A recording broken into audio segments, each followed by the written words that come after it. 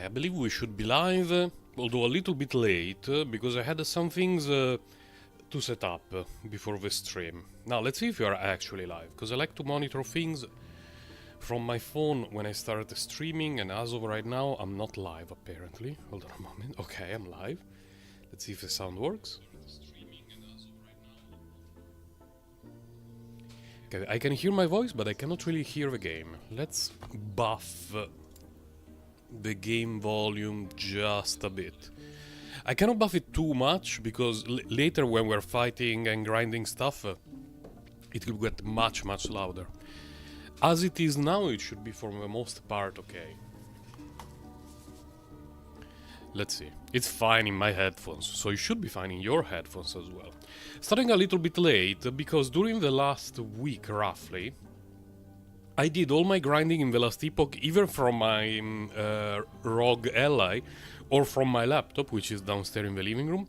I've not opened my desktop, and there was a pretty huge update in the Last Epoch. And that was a little bit problematic, because I had to download a huge update before actually starting up the game. I dropped this one yesterday, which is very close to perfect. Very close. And it will require a little bit of testing, because in theory this one, at least, you know, with the infusion and everything, is better than this. But there is a huge problem that I will need to check as I play. The DPS right now of Tonic Fisher is 14k. Fine. More than twice as much. Now, this one has the ability of ramping up damage a bit, because it increases our spell damage by 6% for each negative ailment on the target, up to 8, so it will increase our spell damage a lot. But the problem is that this one takes a little bit to start going, while this one right away is absolutely insane. And in addition to that, we get 65% curse damage on everything. We get increased cast speed. We get increased necrotic penetration, which we do not have with this one, and it can be a little difficult to properly evaluate. So it's going to be difficult to actually decide between the two. But eventually I will definitely craft this one as a legendary. I just need to find... what would I like to craft on this one? Because here I got crit multi, which is perfect.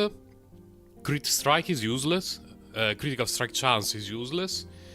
The other two good ones are intelligence and necrotic resistance penetration. So, you know, in a perfect world, I find those three on a wand. And the last stat, whatever. Ideally, I guess necrotic resistance. Yeah.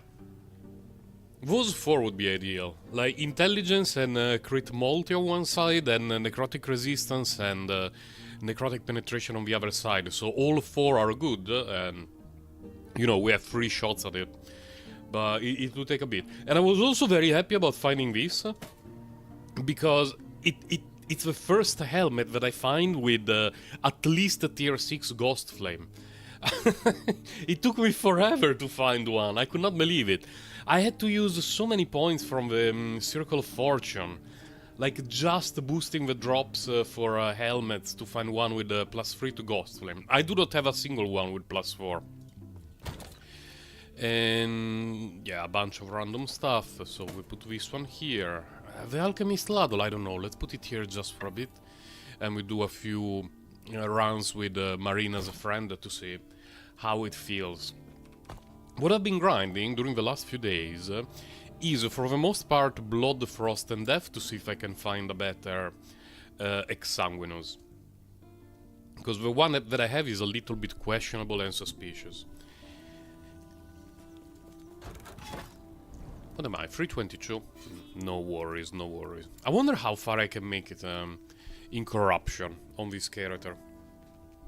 Because building corruption on a single timeline has not been my focus yet. I've mostly focused on trying to optimize my gear. And the fact that the character was buffed, for me is absolutely absurd. But I'm not complaining, just I find it unfathomable. What do we get? Don't care about that. Wait, do I not care about that? What are the rolls? No, the rolls are bad. I got another... Yeah, the rolls are abysmal. This one is... I don't think I will use it, but let's pick it up. Now, the reason why I say this character is buffed is that they buffed Wandering Spirits. They buffed the damage, which is pretty relevant, but the relevant part is that they buffed the speed at which the spirits come out. Which is amazing, because I use it exclusively as a utility skill, and spirits coming out more often means that they generate more mana for me. And if I do not use Chthonic Fissure, I can basically use Ghost Flame permanently. It's absolutely absurd. Not complaining, not complaining. I wonder if I tested it. I really wonder whether I tested it or not. What's the last one? No. Because I've not been using the bugged interaction between what are they? Between these two. I never used these nodes. So the fact that they got nerfed hard made absolutely no difference for me. And just having a build that I was really already using that I felt was one of the strongest I've ever played in the Last Epoch, and I woke up and I found out the patch notes and it was buffed. I had to do a double take and check what happened with Wandering Spirits, because at first I was afraid that it was actually a nerf. And then it was like, well, we nerfed a skill that some of you have already been using, so to make up for that, we will buff something else that not a lot of people are using, to be honest. Not many people use Wandering Spirit. The damage is a little bit underwhelming, to say the least. But as a utility skill, I find it amazing.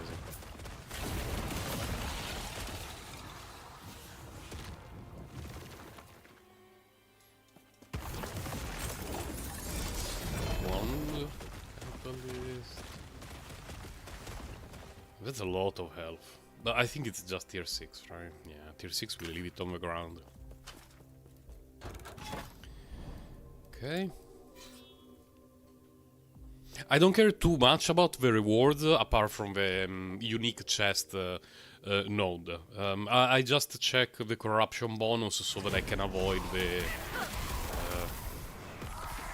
let's say tower defense echoes. Those that take forever and that always make me mad because mobs spawn too slowly. What do we need to do? Silvergate. Fine, let's go to Silvergate.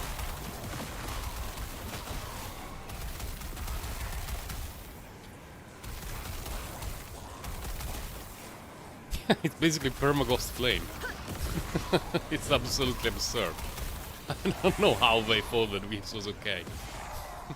Because for the uninitiated, while we are in Ghost Flame, we are basically immortal. Like, the damage reduction that we have is absolutely absurd, so we are immortal. And, you know, I'm fine doing it, but... I guess that, you know, to balance things out a bit, we are not dealing much damage. Although I guess we could spec Ghost Flame to deal more damage, but that would change... things a lot. It's a lot of mana regeneration. But I think I have already a good belt, right? Yeah. We're fine with the belt, we don't need that.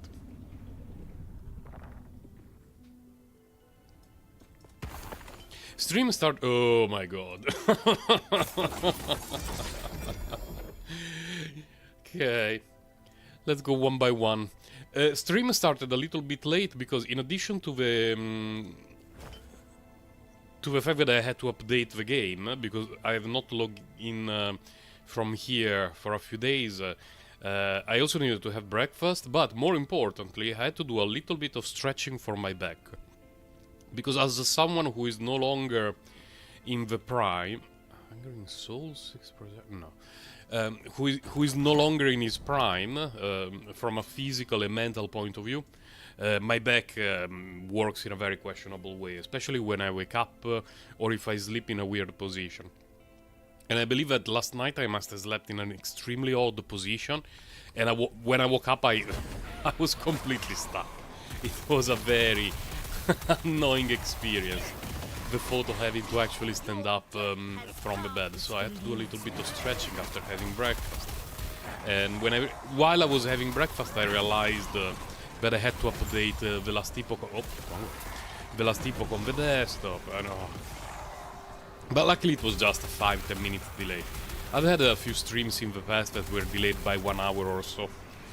Usually it happens when my wife doesn't wake me up in the morning. She decides to let me sleep a little bit longer because she knows that it's the kind of day where I take the morning off and I work from home in the afternoon. There is a unicorn, man. Let's go to check if it's the chest. It's not going to be the chest, but let's check if it's the chest. It's not a chest. It's a trash bag. It's always a trash bag. Feels a bit bad. Yesterday I had the thought. It's something in the skill tree that I can show you only after we finish this, because unfortunately we cannot access the game menus while we're playing. We can put it on pause, but not touch the menus. Oh, it's trash, it's trash. Everything is bad and I should feel bad. I definitely feel bad. Let's teleport, so we don't die by something off screen. I had the Omega cursed thought yesterday of getting this node, because it reduces the channel cost, and I had this idea that maybe if I had this node, I could actually ghost flame around permanently thanks to the buff in Wandering Spirit. The problem is... Wait, this is not Ghost Flame. This one is Ghost Flame. The problem is that to get 2 points and put them here, I need to remove fairly important things, because everything else is very important and I don't want to give it up. Like, these 2 look a little bit optional, but the Screech, the Cursed Screech is very, very good, and I don't want to give it up. And considering that eventually I will try to craft a legendary hat with Ghost Flame in it, I will take my time before we do that kind of testing. This one is fine. No, we don't go there. We can go there. Okay. We only have one direction. Not a huge fan of that. Neither of the direction in the game, nor of a band called One Direction.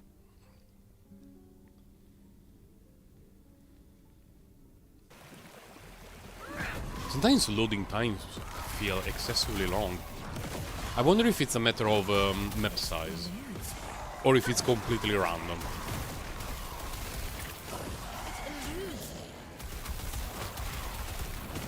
If only Ghost Flame could deal a little bit more damage. Just a tiny bit.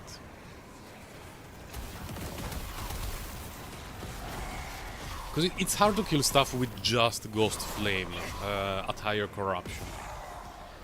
At the base corruption, like 100 or whatever, you know, while you do this, you're actually killing everything. And so you even achieve the goals of the Monolith.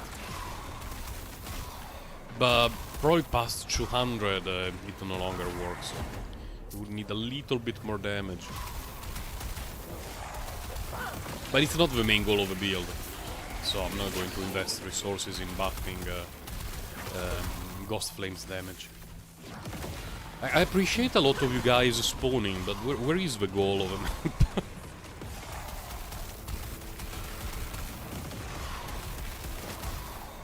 I started playing a Rune Master, and because I dropped everything for a Hydra Rune Master while I was grinding with other characters. I have a Criterion with decent rolls, not amazing, but decent rolls. I have a couple of Hydra heads. I dropped good weapons for the Master. I stopped playing it though, because I find it borderline unplayable on my Rogue Ally, because the controller is... Doing it with a controller is not particularly good. I'm not enjoying it very much, because the targeting on a controller of some ability is a nightmare. So it's probably a character that I will only... Oh, yo, potato! You have a feeling map size may have something to do with it. Yeah, I kinda have that feeling as well. Hold on a moment, because I'm being bamboozled by YouTube. Cause I saw your message because I'm checking things from my phone to make sure the stream was working, but the chat that I have on my screen was not refreshing. Okay, now it refreshed. I will also throw the concerned doggo emoji to see if now the chat will refresh appropriately. How are you, Kawaii Potato?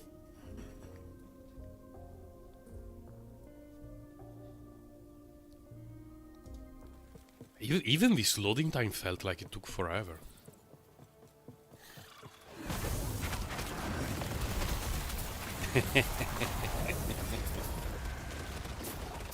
Oh, I got Hanabi's, what is it called? Oh my... Every time that I start to look about something, there is a loot explosion. And loot explosion means that I need to check stuff. And checking stuff in this game means that half of the time you get killed by off-screen things. Okay, don't care about... Okay, that one resurrects, of course. Off-screen and resurrects. Dexterity. Cast bolts, I already have it. Then what we got here? Is it Giga Trash? I think it's Giga Trash, yes. Okay. Loot explosions are like that, yeah. You know, it's fine when they happen at the end of a map or echo or whatever, but not in between with the resurrecting enemies. What was I saying? I remember mentioning Hanabi. Oh, I managed to get her light cone. I had just enough for a soft pity, and I was like, you know what? This is the worst second half of any patch in the history of Honkai Star Rail. Let's see if I will have a goal to farm for when the new Calyx event starts. And yeah, I managed to get the light con.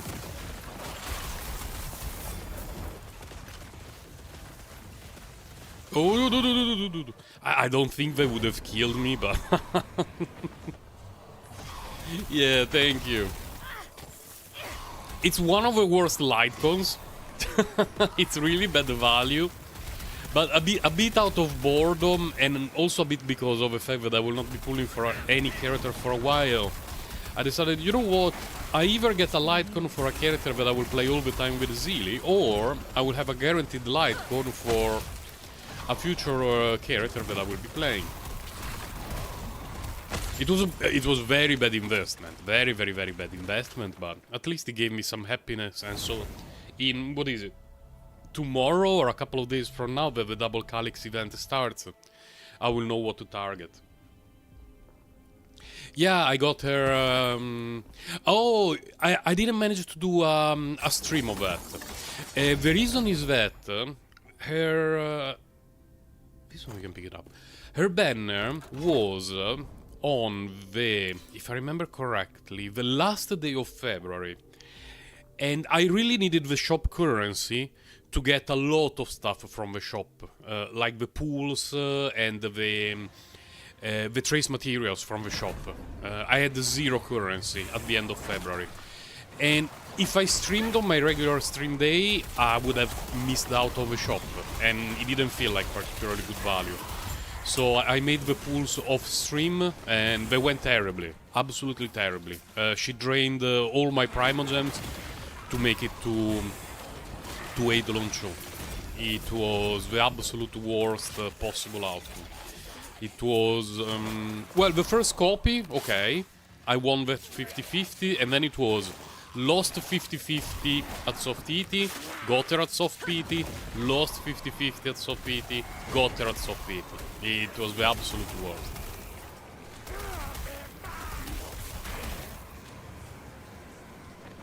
Lost chief cache. Why do I always find the chief cache when I play with this dude? It's not a dude, it's a girl. With this dudette. Crown of the Turtle. Don't care about Crown of the Turtle. Wait, this one didn't look too bad. Okay, it actually looks very bad. I not happen to play Hanabi very often on stream. Also because the second half of the current patch in Honkai Star Rail is slightly devoid of content. And by slightly I mean extremely devoid of content. Whereas the Last Epoch is just, you know, giga grind forever, build new characters, test stuff. Enjoy buffs, characters that already felt very strong. What's that? Oh, whatever. I have so many kills. No, it doesn't elude you. What do we need to do? Oh, seal the gate, okay.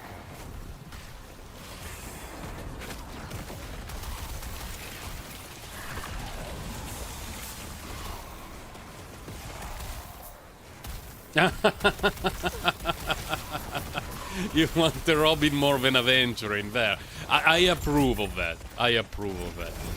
But I think that MiHoYo is actually targeting my stream when they decide what kind of characters to build in terms of kits. And they're clearly trying to target you as well, because you are a follow-up main, and ever since you established yourself as a follow-up main, pretty much every character that is released has some kind of follow-up attack. I think MiHoYo is after us, but after you in particular. Like, what the hell? Like, support characters have follow-up attacks. AoE characters have follow-up attacks. Defense characters now with Aventuring have follow-up attacks. Like, what the hell? Extreme pain, yeah. I've already come to the... I mean, I have passed the 5 stages of grief. I'm coping with the fact that I will have to skip Acheron. What did we drop? Because I do not have any... because I do not have enough jades to get her and Eidolon Chu and the Lycon. And... currently I do not have any other character in Penaconic that I really like and then I would like to pull. There are some that are interesting, but just the other day they leaked that Jiao Chu might be a dude instead of a girl, which means that it's definitely going to have a chest window, because every male character in Penaconic has a chest window, which means it's going to be a skip for me, because I absolutely despise that design. Oh, the Void Dude. How are my resistances now that I think about it? Because I spent a week being like, well, obviously my resistances are fine, I one-shot everything, I have ward, no worries. But as I go up in corruption, I actually need to make sure that I work a little bit on my resistances. Why the concerned dog emoji? For Jiao Chu being a guy? It's something that the leakers mentioned yesterday on the Reddit for the leaks.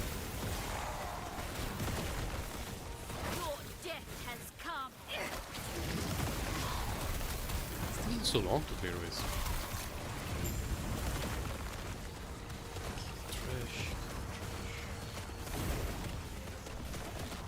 Although, to be fair, every time that we heard Jiao Chu mentioned in leaks earlier, there was no mention about the genre, but only about the role I don't even know. I will find out about the lore and the role in the story later when he or she is released. So it could actually be, a dude. Just very surprising and slightly upsetting.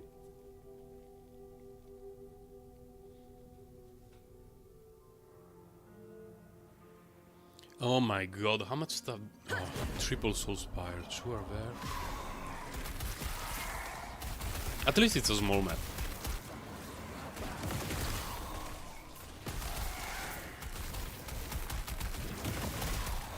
That Soul Spire should be done. If it does, okay. No, it dropped a unique off screen 5 kilometers away from me. What the hell? And it's giga trash. I'm sorry, Gladiator Orf. Like, as an idea, you are my favorite weapon in the game, but your base stats are so bad that you're worse than anything else. I'm really sorry to disrespect the Gladiator's Oath, because it... Like, every time that I play the what is it called? The dancing Strike Blade Dancer, it makes me very happy in terms of gameplay, but the damage output is so bad compared to Shadow Daggers. So bad. And it's a shame. Because a Blade Dancer with Gladiator's Oath in one hand and anything in the other hand, but ideally a Smoke Weaver, is really fun to play. It's just that the damage output is... It feels like it's half of a proper Shadow Daggers build, and the survivability is 1/10 of a proper Shadow Daggers build. Hold on a moment, there is something in my room. Oh, it's a spider, okay. I saw something moving on the roof not far from me, and, you know, felt slightly concerned because spring is coming and it could have been any kind of obnoxious critter. But no, it's just a Giga Spider. Giga Spiders are fine, they're good bros. I will have a sip of tea.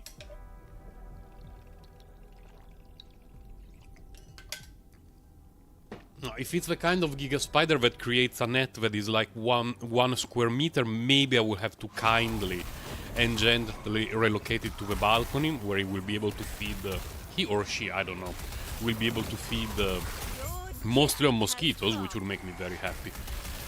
But it's the kind, if it's the kind of tiny spider that just stays in a corner and does spider things, man, it can stay in the bedroom.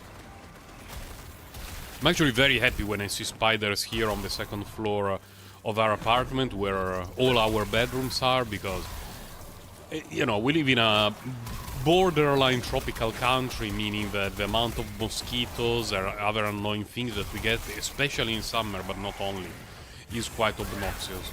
And so when I wake up and I see a spider at you know, near the corner of our room, and there are 3 or 4 tiny flying bugs in the net, it makes me so happy. Oh, hello, mage guy.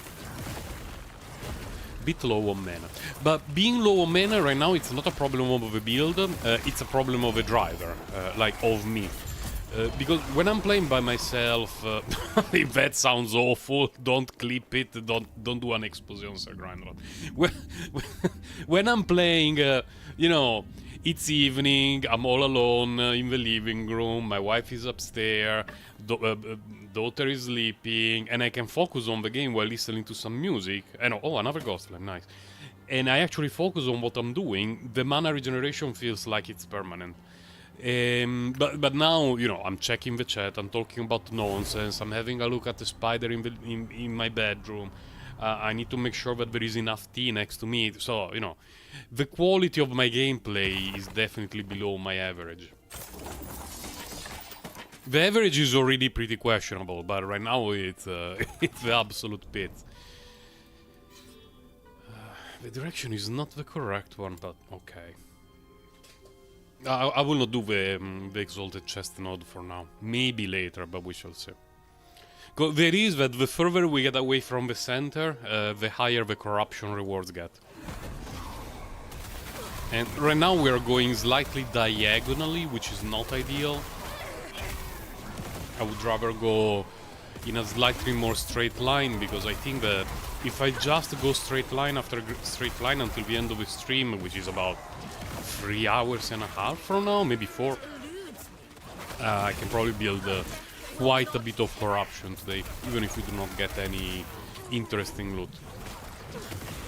I didn't go to...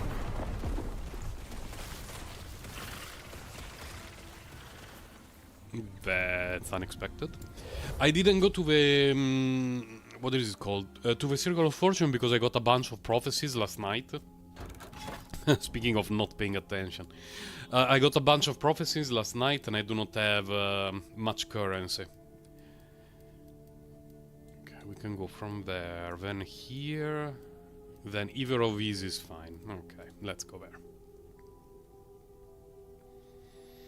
I have no idea what killed me. Like, I know from a technical point of view what killed me, because I saw the physical damage from the random dudes, but I don't know how it happened. It didn't feel like I was taking that much damage. What's the modifiers? 25 increased damage. Yeah, even modifiers are not particularly obnoxious, so... Not sure what happened. Maybe I was a bit low on ward, I didn't notice it, and, you know, I was just randomly farting around. based Warlock, ignoring terrains and game mechanics. That was probably one of my favorite things when I started playing the Warlock and I found out that you can do that with Tonic Fisher. Anything interesting? Not really.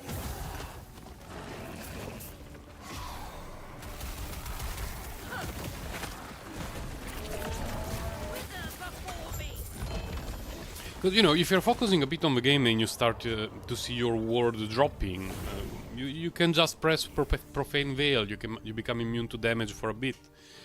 Your ward starts rebuilding. What's going on, though? It feels like I have way less ward than usual. I want to see how much it rebuilds while I throw some of this garbo in here. What's even this one? The teleport one? Oh yeah, teleport one. Can put it here.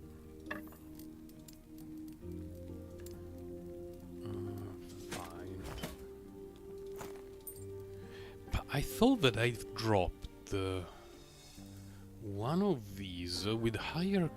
This one maybe. Oh yeah. What? I selected that. What? 8 spell damage for curses. What's the other thing? The other thing is completely useless. Oh, then it's not an upgrade. Because this one has one less spell damage, but 15% necrotic. Let's see, 29, 180. Yeah. Man, what a bummer when you drop something that you feel like it will be an upgrade, it turns out to be a downgrade, but like 1%. 8,100. Yeah, not much difference. Not much difference. Go this way.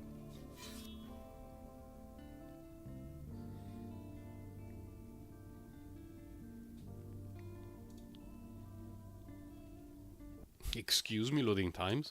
But it just started with this patch.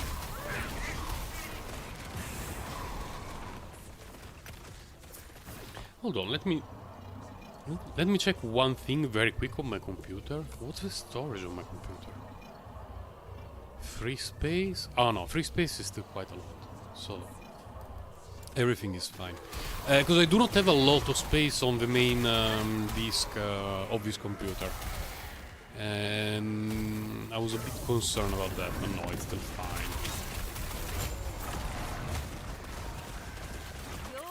How are you still alive? Okay. Oh wow, experimental with double... Who is shooting at me? Give me 1 second to read the things, you piece of garbage. This is the first time that I get an experimental thingy with the two... What are we? Two tier 6. One of them is good, but I... like, what the fuck, it's a piece of trash. Let's celebrate the fact that at least that kind of drop exists.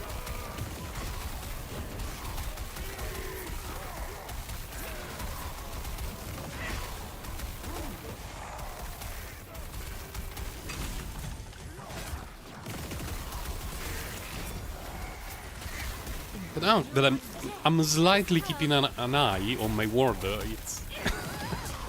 How did I die during that monolith? I have no clue. What are my resistances? Okay-ish, but I died to physical damage, so it's not like I got one shot by something that was dealing lightning or cold damage, which are my two weaker resistances.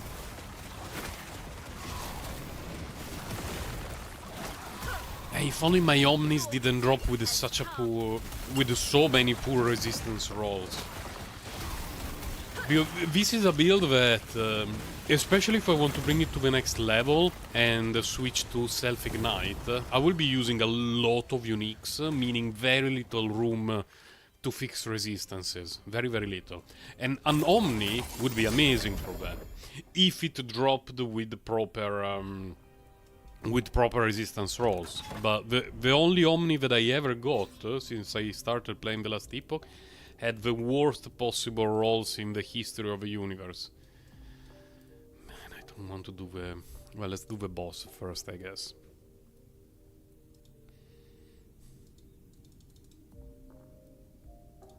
It's not loading.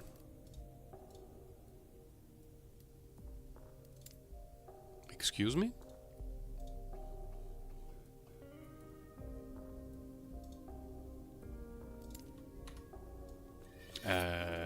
Game, are you okay?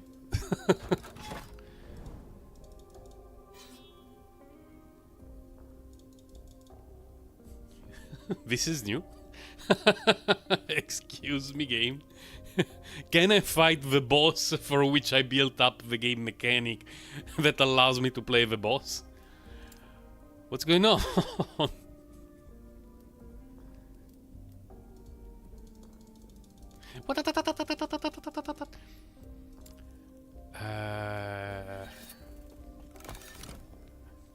Let's teleport here for a moment.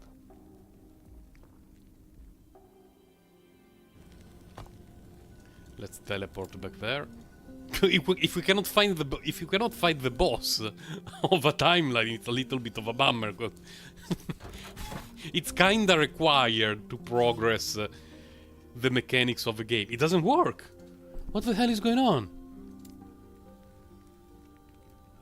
Let's do one more echo. See what happens.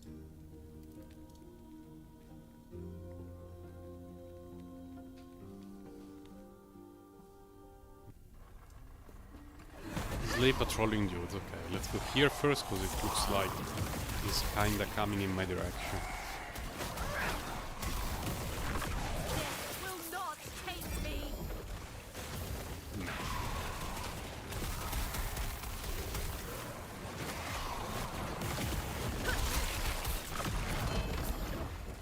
Meh. And here.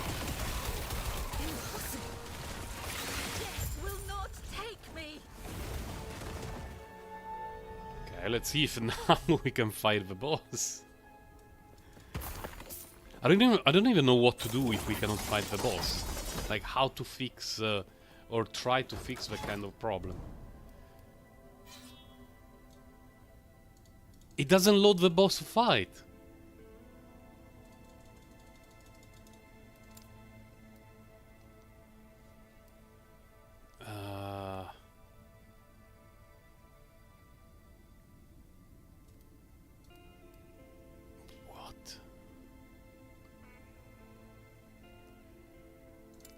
Is it in every empowered thingy?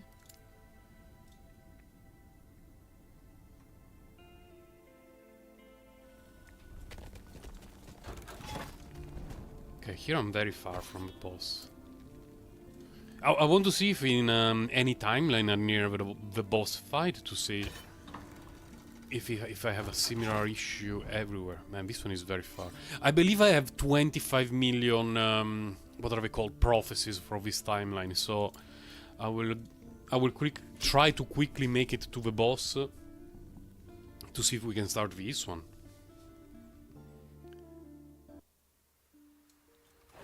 Slay enemies to locate the dude and then slay the dude, okay. What's the reward from this timeline? Globes? I'm not sure. Found the dude.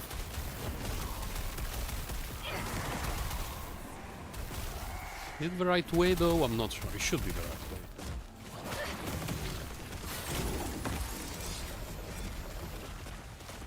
Check my stuff.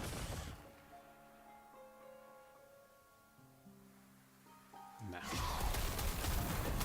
I always leave stuff with minion bonuses on the ground because I'm not particularly interested in trying a minion build this league.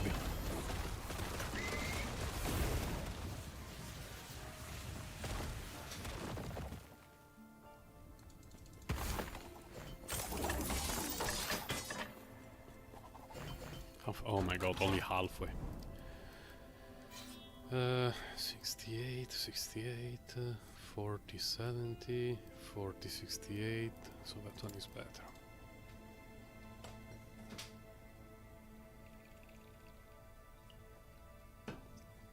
Ideally, I would like to build a few stacks of boss killing bonus before fighting the Shade of Ouroboros. It feels like it's a bit better to fight the boss 2, maybe 3 times, then do a Shade to reset everything and start higher corruption. But sometimes I also go with the flow. Don't care about that, don't care about that.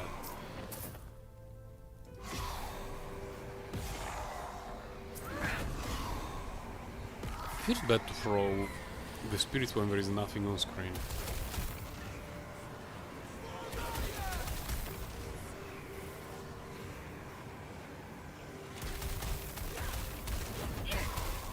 Oh no! Oh no, I'm getting bamboozled. There we go. Your death has come.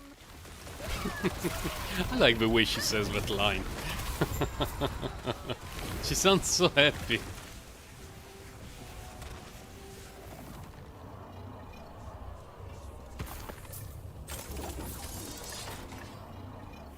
Hold on a moment. Nope, nope. Nope, nope. Oh, helmet. This is the helmet's timeline. And, well, okay, fine. Let's see if I get a better helmet. Because I have one with a good roll. Now, if you followed my streams / videos for a while, I had one of these with legendary potential 2, but the dexterity and intelligence and necrotic resistance roll were extremely low. This one has very high rolls, which is good, but no legendary potential. So hopefully I will get something, you know, in between.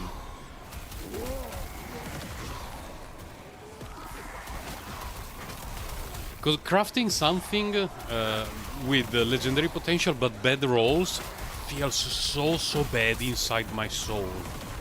Like every time that I do it, it makes me feel absolutely awful. Even though I know that being a solo self-found player, I cannot be too picky with stuff that I craft, because it's not like I can open the market tab and you know, where, what? Do I need to go from the tiny opening? I cannot just open the market tab and give some gold to a gold farming boat and then purchase a thing. I need to actually drop stuff. So if I never get for the rest of the league that hat with good rolls and legendary potential, that's it. I'm pretty much stuck. I have no mana and I must scream.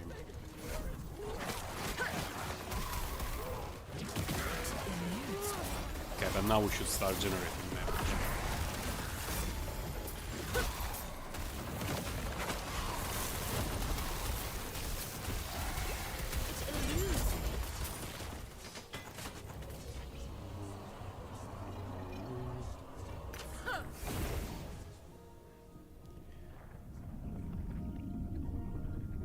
I guess this one should be so good for a...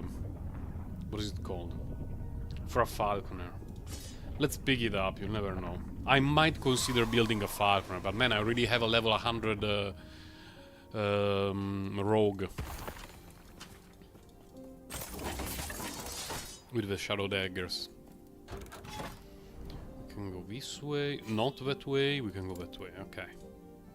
Don't like the idea of being funneled into one specific direction, but shouldn't be too bad. Slay enemies to locate the gate, seal the gate. Let's go to seal the gate.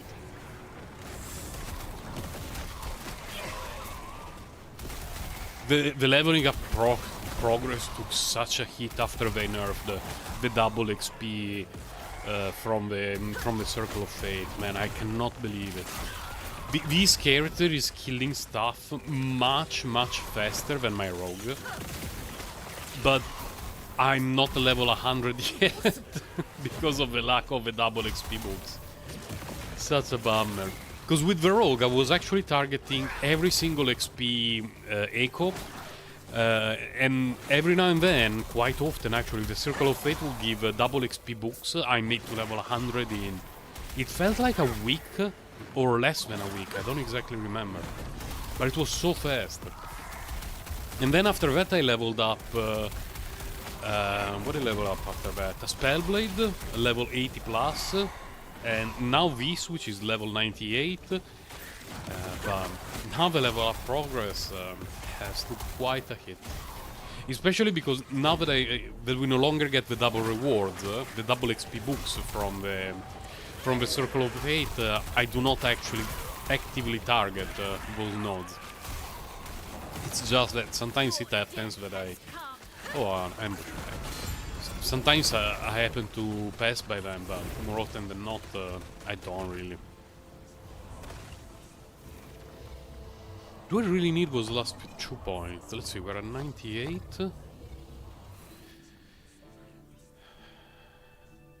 Well, in theory, I would like 8 more points, but I only have 2 available. I guess I will go here.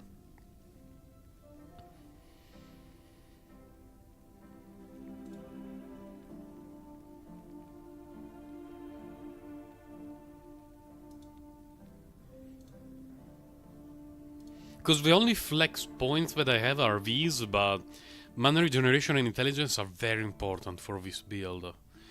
So I don't really believe there is a lot of stuff that I can respec and change it freely. This one I'm hearing by pretty much everyone, but it's bugged and that it has not been fixed yet. This one would be nice. Like, I would be very happy to have more points in this, but it's possible that later on at much higher corruption levels I will drop a bit of damage nodes in favor of the one that reduces incoming damage and generates more ward, but we shall see. Oh, okay, here we can go in any direction.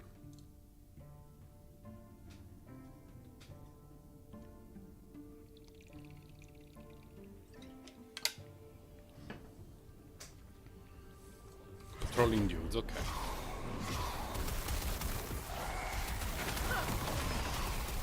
Your death has come. Patrolling dude, don't move out too far. Okay, thank you, patrolling dude.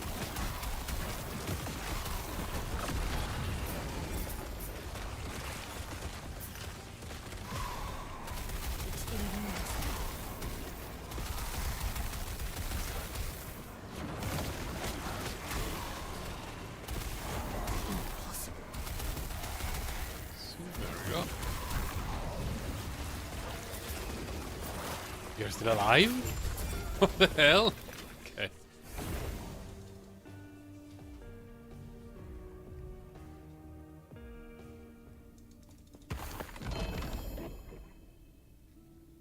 I think I have a million of these. Not literally a million, but...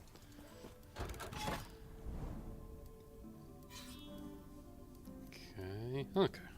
The center is... I would have preferred to go that way, but there is... yeah, there is no way. We are locked from that direction. So let's go from here and hope that we will not be stuck doing... how to call them? The wave echoes.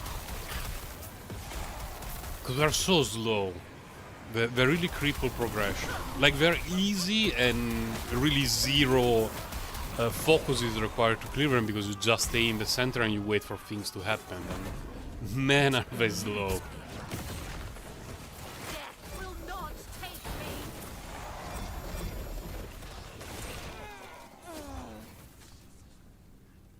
me. Nah, wait, is it tier 7 though?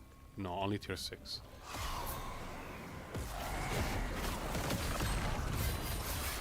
Your death has come.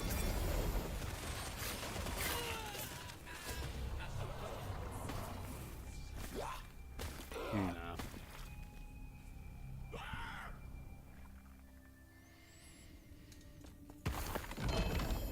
I have a feeling I should make the loot filter a bit tighter. Do I have this one?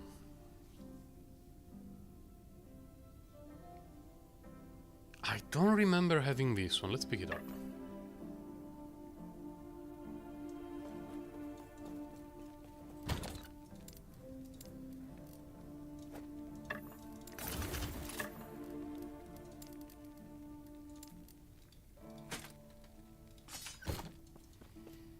stuff, of course, will be properly tidied up much later.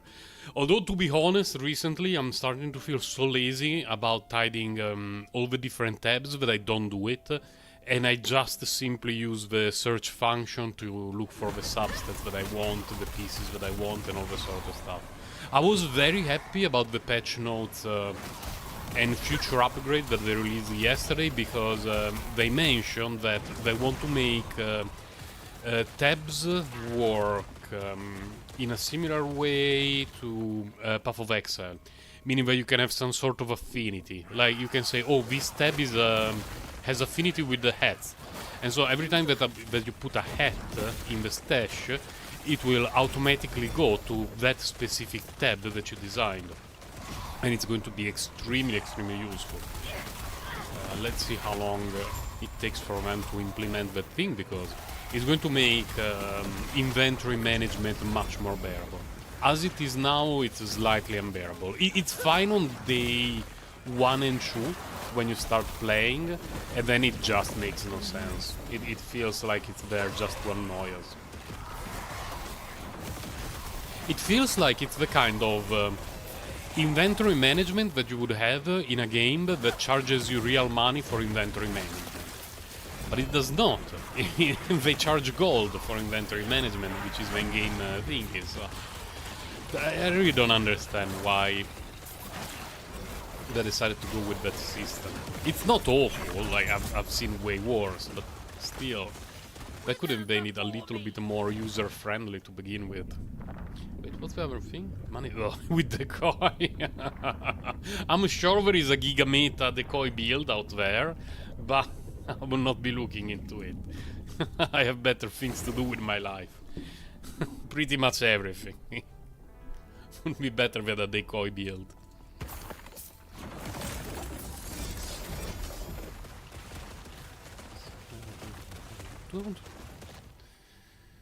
Is it tier 6 or 7? It's max tier 6. I think I will pick it up. The reason why I want to pick it up is that I dropped this. And it's the first one that I ever got. Even in early access, I never got this weapon. I don't know how rare it is, and it's not even very good. It's actually quite questionable, but I find it fun.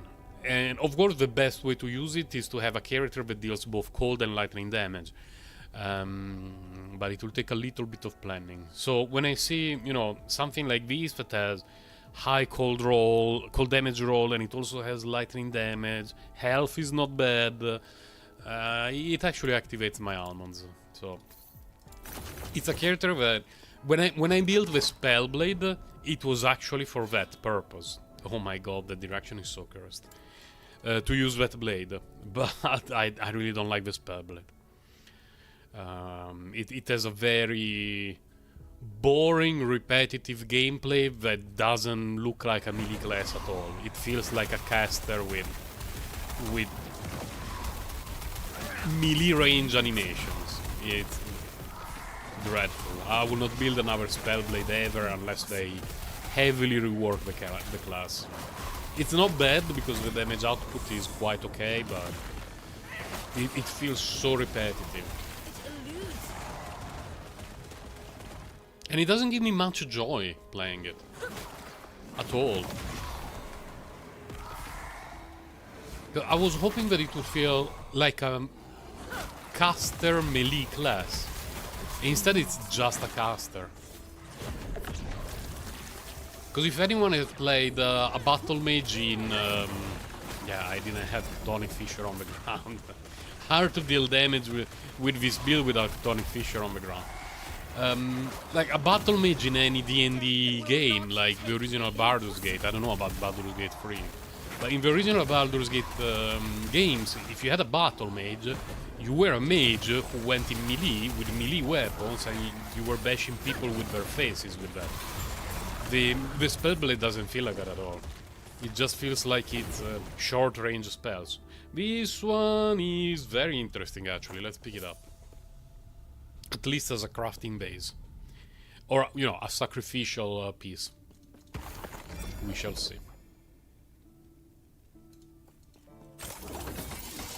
Though I believe there is no unique book. It's not called a book. What is it called? A catalyst. I believe there is no unique catalyst that I would use in this build, but we will see. Okay, so we can go in that direction and hope that the future will not be too bleak. Here, if I can get enough bonus thingy, we can fight the boss, if it works. If it doesn't work, I have no idea what to do in the Last Epoch. Because if you cannot find the bosses and progress the corruption thing, it's a little bit problematic to play the game.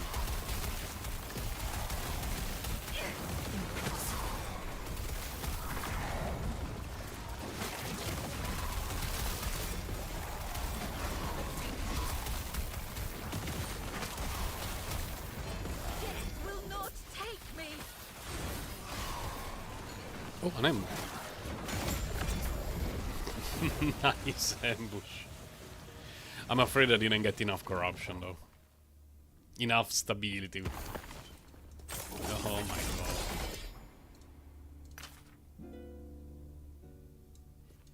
I knew what I was getting into when I got the... when I picked the nodes... the echo for the idols, but still, when there is...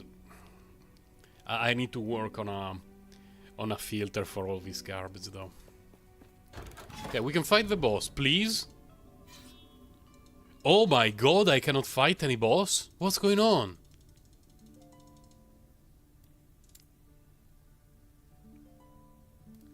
I need to go to on Reddit. Last Epoch boss bug.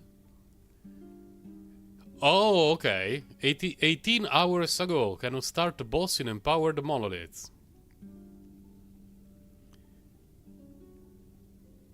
You have to complete the 2 optional quests before you can do the boss. It looks like the empowered boss requirement is behaving the same as the normal monolith. What?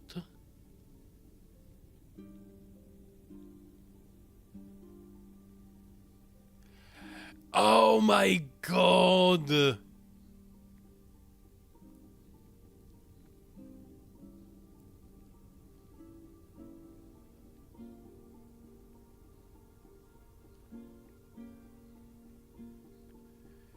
No way! There is a bug, actually.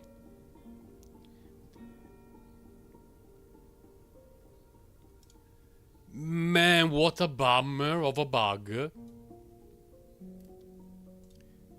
So, what people are saying on Reddit, and I want to see if there are others in the last 24 hours, but most people are discussing there. Yeah, even on the forums.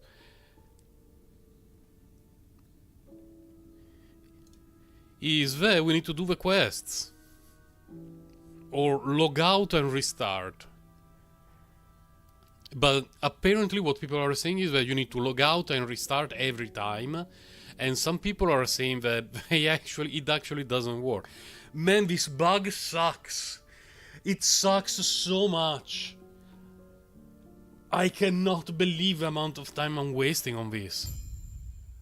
No, I'm not doing this. No, I'm not doing this. Because I don't care about this timeline. I really don't care about this timeline. Here, it's the one that I care about, I guess. There is no other way.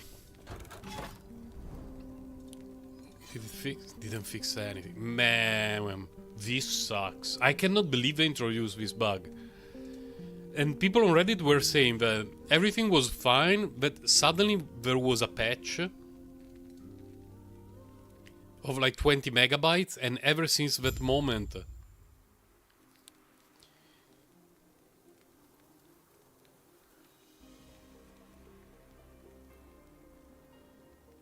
Oh, okay. EHGT. It's an unexpected result from another change. You can still do this encounter, but it currently requires that you do the hour quest echoes first. We are deploying a hot fix that alleviates this. Wow, 2 hours ago. Basically, they sabotaged my stream. That's what happened, essentially. Man, this bug sucks so much.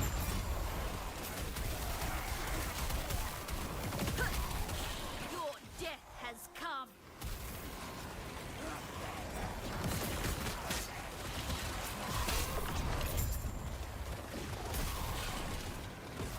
I don't even know. Like, should I restart and hope that Death will not take there will be an update?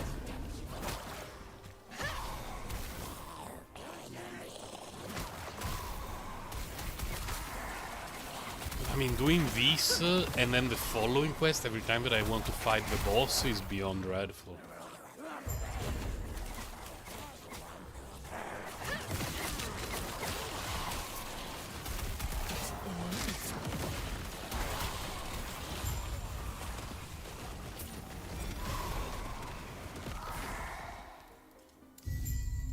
Yeah, give me the Frost brand.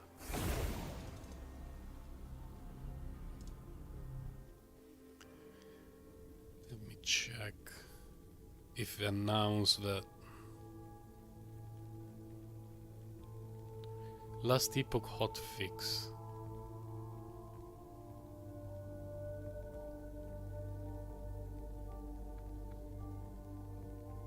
The devs are aware, we just need to wait.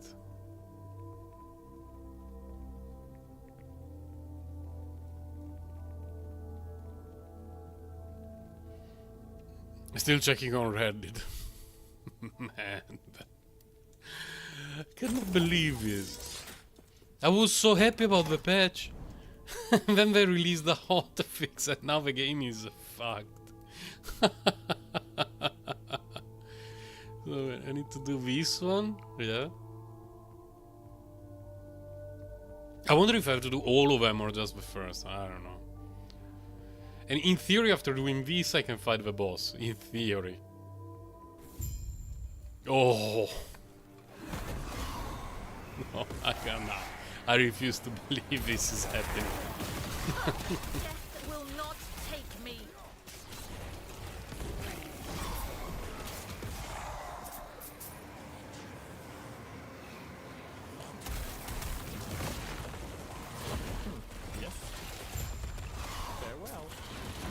Like, I'm actually trying to focus because I want to see how much I can cut.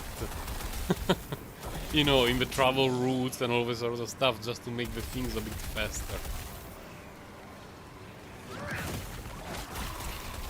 Your death has come. Am I stuck here forever now? No, okay.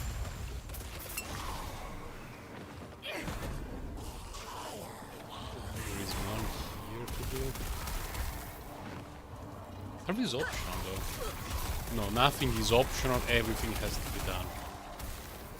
Impossible. Have I ever played Dragon's Crown? The game... Why can... How come I cannot move?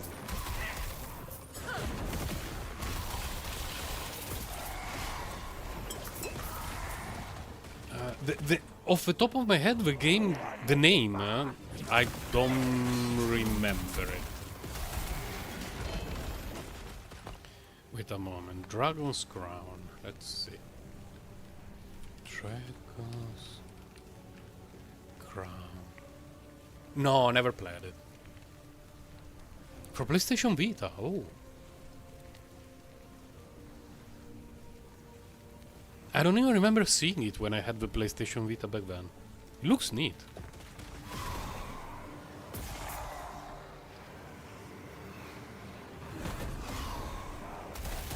I was so disappointed when Sony released the sort of mobile PlayStation 5 thingy that just streams stuff from the PS5 that you have. I was really hoping they would release a mobile console.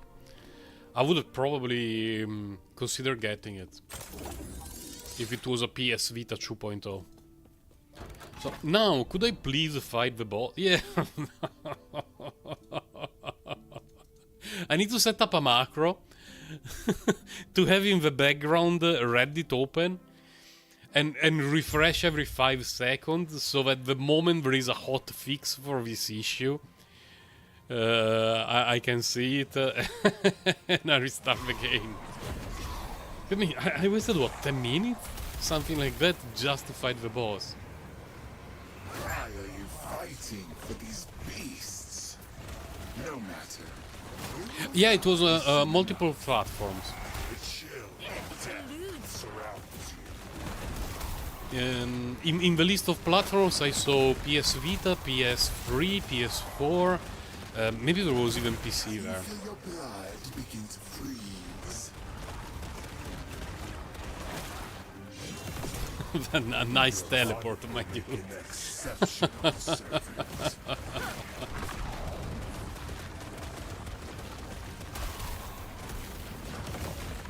Eludes. No, I am undying.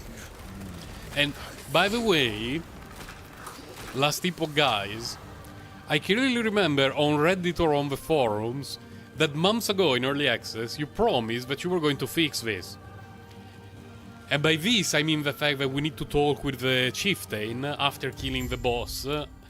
And if you teleport out before talking to the chieftain, you need to repeat the boss fight. You said, I clearly remember it, that you were going to fix it. And the reason why I remember it is that in early access I wasted hours of my life because I would just automatically press T and enter the teleport, enter the portal, but if you do it before talking with the dude, you have the blue portal and your echo is gone and you need to restart it.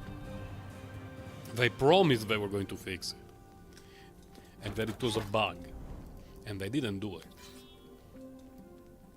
Let's see, if we go this way, we have 86, 92, 50. Come on, every time. All of them. Forever bamboozled.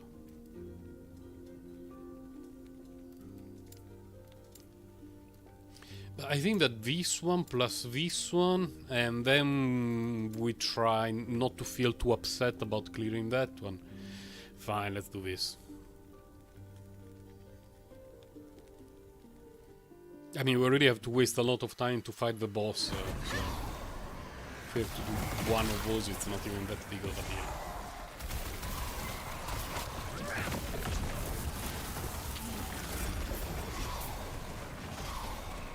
It may be just a feeling, but the feeling that I have is that with this stuff, or wand, whatever it's called, the damage output on average is better. Death will not take me. Because I've been clearing this corruption level for a few days now, roughly this corruption level, so I have a decent idea of the amount of damage that I was dealing before with the Mad Alchemist ladle. This one feels better. Things tend to die quicker.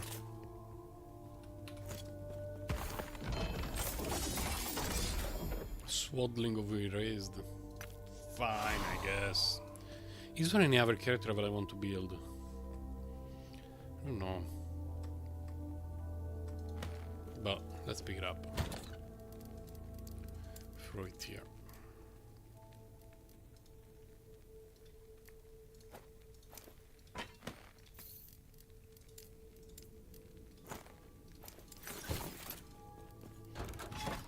Then we go here. Yeah. After we clear the chest node, we have enough to go through that. My opinion on Toho games, I loved them. Those shoot 'em up games, the genre in general has always been one of my favorites ever since I was a kid.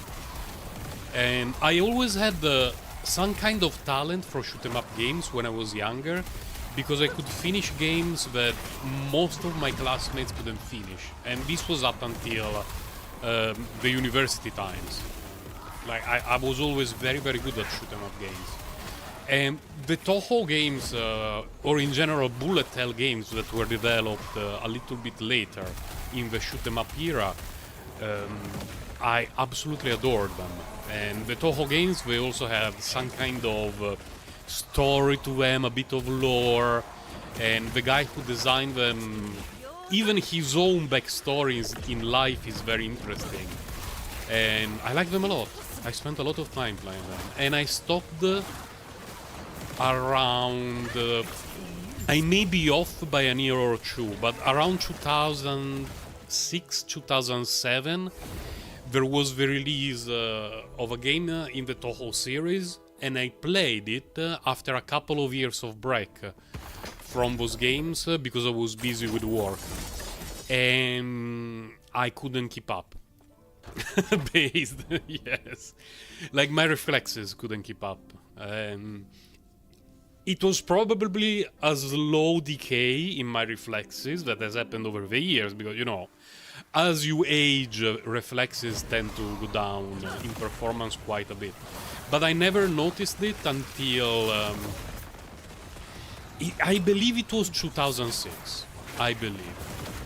And that year I clearly noticed it, that I could not keep up as well as I did in the past in Toho games.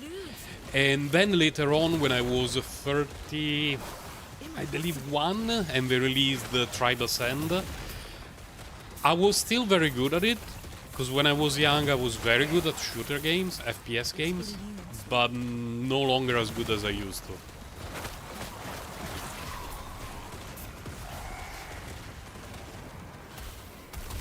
You play Sakuya, nice.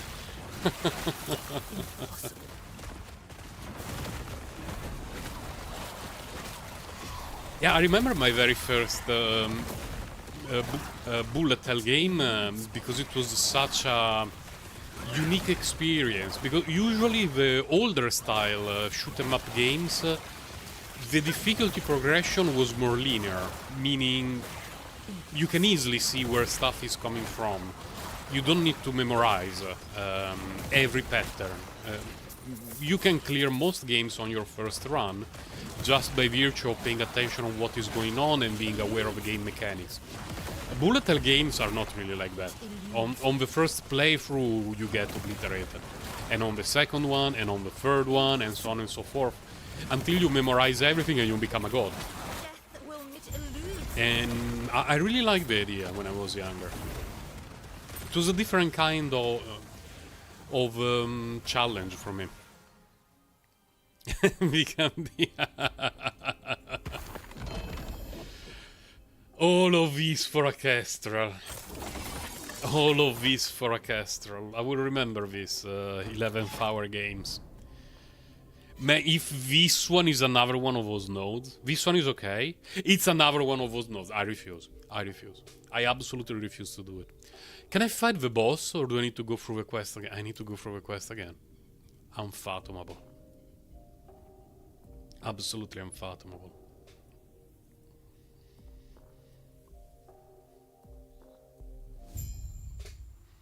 One of my favorite shoot 'em up games ever was Hellfire for the Sega Genesis or Mega Drive, depending on your regional zone. It was released when I was either in elementary school or junior high, I don't remember exactly. I was the only one in my class who could finish it on hard, while my classmates could not even finish it on easy.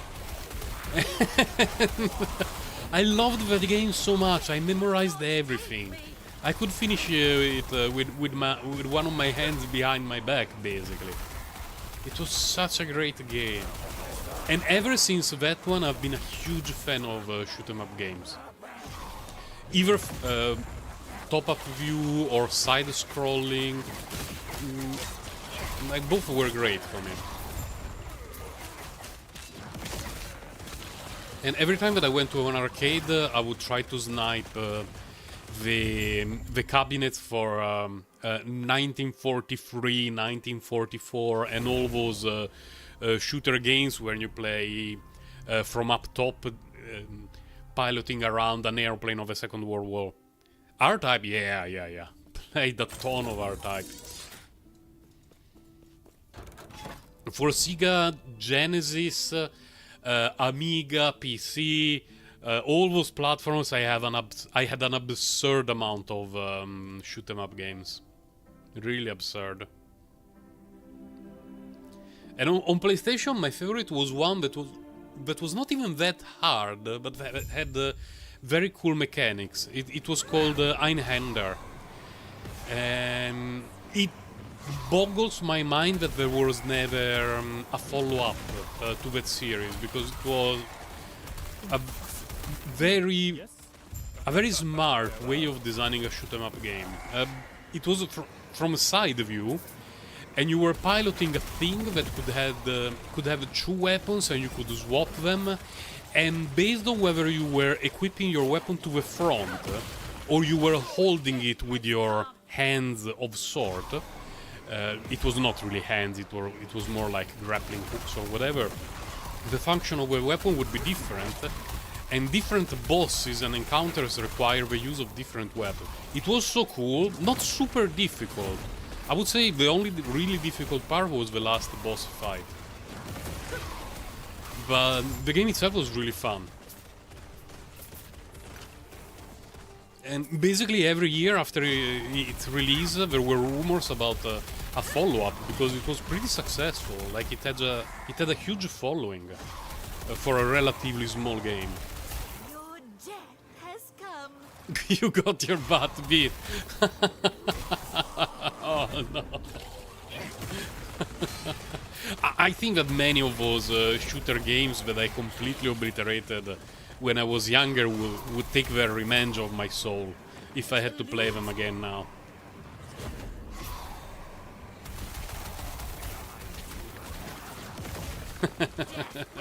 Yeah. Father time is always the hardest opponent to overcome. It's really unfortunate, but it do be like that.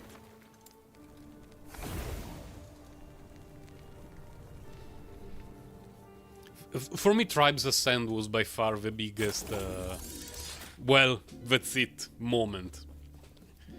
I could clearly tell that I was way past my FPS prime. How did I beat?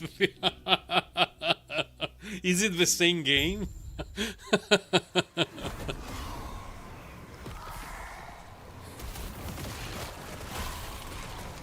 I have played Hellfire not long ago on an emulator, and I managed to finish it pretty easily.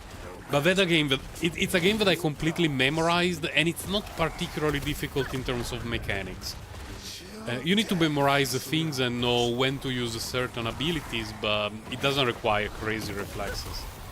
But most other, let's say more modern, more recent shooter games, if you don't have top-notch reflexes, they take a dump into your soul. Tribes Ascend being a multiplayer game, yeah, it was really a wake-up call for me. Not really a wake-up call, more like a that's it moment. But I still enjoyed it a lot just because I like the game. So even if I was performing maybe at 60% of what I used to when I was playing Tribes 2 in a team, I was still having a lot of fun. Like, I just accepted the fact that younger people would just take a dump into my soul just by virtue of having better reflexes. It's okay, it's like that eventually. Looking forward to Smite 2. I'm really looking forward to Tribes 3. Because... oh, wait, what are we doing? Oh, yeah, okay, now I remember. Because the beta, for what I played, was fun, but more often than not, they had the servers open at times that were very inconvenient for me, or I had awful ping. Absolutely awful. In an ideal world that I hope will happen, the local servers will be either in Hong Kong or Singapore, which is, you know, a couple of places where they have very good internet connection, and I will be able to enjoy Tribes 3 even if I will get my ass kicked relentlessly. Oh, wait, the mod is pretty good, right? 9 is the maximum for a tier 3? Not bad.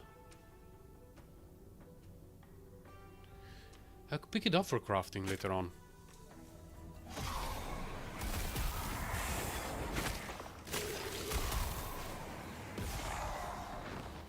Oh, this one is very positive. When they release Tribes 3, I can be 100% sure of a fact, which is that the vast majority of the community, I would say 95% of the community, is going to be US, EU, Australia. Because it's not a very popular series outside of, let's say, Western countries, even though Australia is not really in the West. But you know what I mean. Even in Australia, there is a huge tribes community. Really, really huge. A lot of players from there. In Asia, not so much. There are a few people who play tribes games, but not as much as others. And so my fear is that in order to actually play the game consistently and have fun and all that sort, I will have to join the probably Australian servers, which means that I will be playing on 200 ping and low reflexes against people with 20 ping and better reflexes. Which means that probably after half an hour of gameplay I will drop the game. But we shall see. Okay, we have the Shade of Ouroboros. It's... oh my god, only 20. 24, we got 346. Fine, I guess.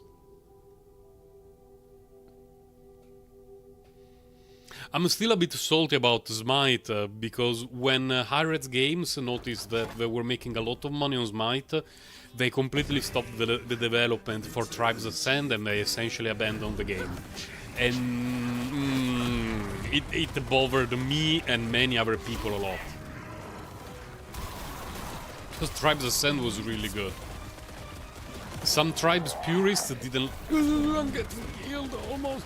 Some Tribes purists were a bit annoyed by some of the things in Tribes Ascend and the monetization and some of the things associated to the Battle Pass were a bit obnoxious. But the game itself was really good.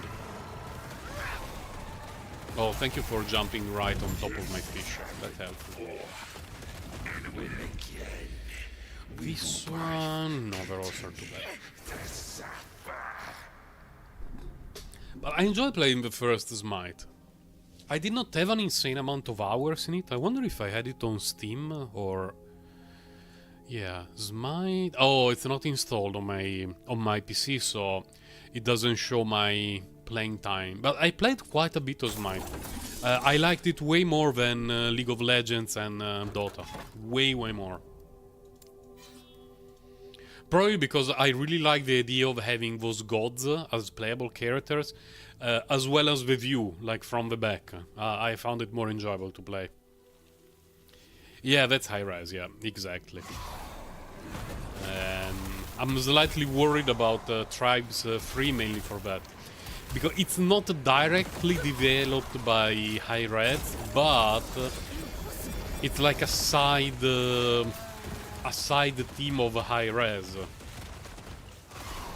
And it's slightly troubling. They've been making good games, but the way in which they manage them... slightly questionable. I have way more faith in the developers of the Last Epoch.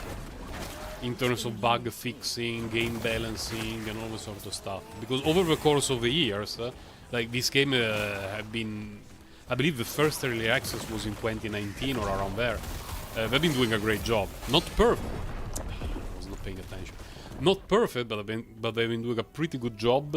And when they make mistakes, they try to fix them quickly. Yes, exactly. That's their MO. I can understand that, you know, they're a company, they employ people, and they need to have money to survive and make sure that they do not end the day feeding off dog food. But I also believe that if you make a good product, you can live off of it. Just monetize it properly, do things accordingly, and you can live with it. I'm 100% sure they could have made a ton of money from Tribes Ascend, had they supported it well and monetized it well.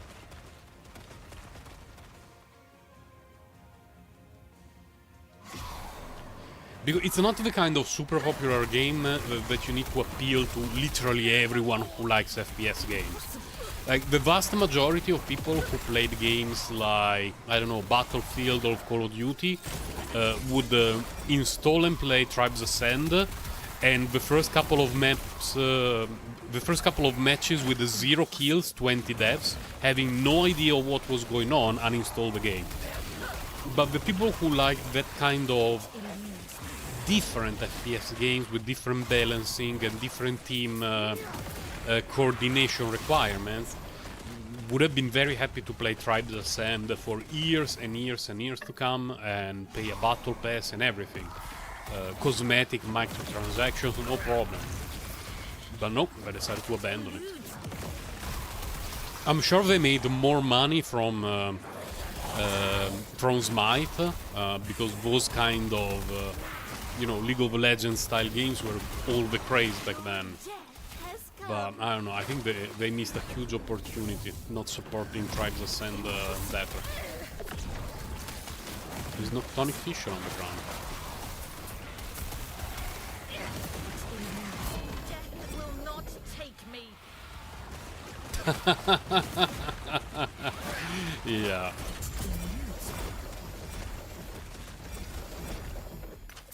But I don't know how high-res is managed internal.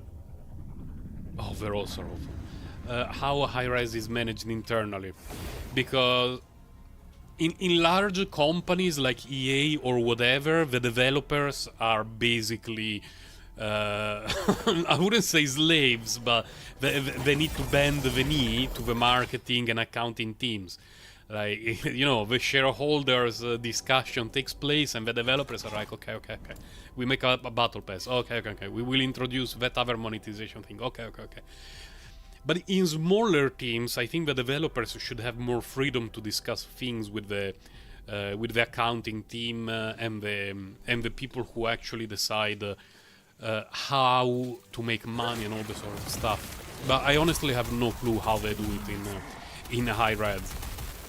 I just know that for me they have not been doing it particularly well in terms of optimization. It's also a problem of tainting the name of the company. Like, everyone has that idea of a high-res now. I mean, everyone who has been playing game for the last 10-15 years knows that high-res is the company that does that. They develop a game, they monetize it poorly, they support it poorly, and then they move to next project. And it's difficult to remove a kind of stigma from a game publisher, game developer, because people remember it. Like, if you're a shitty company, people remember it. If you're a good company, people remember it. And it's better to be a good company, because if you make a okay game, but you have a how to say that in English? Like, if people consider you a good company and you release a game that is just okay, a lot of people will buy into the game thinking that, well, they're a good company, they're probably going to improve it in the years to come. But if you release a game that is just okay, or maybe even pretty good, but everyone knows that you have a bad reputation, people will be like, yeah, the game is good, but it's higher as...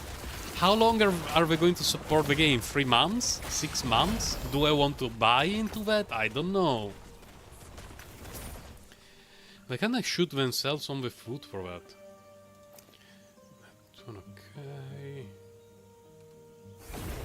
Nothing else particularly nice.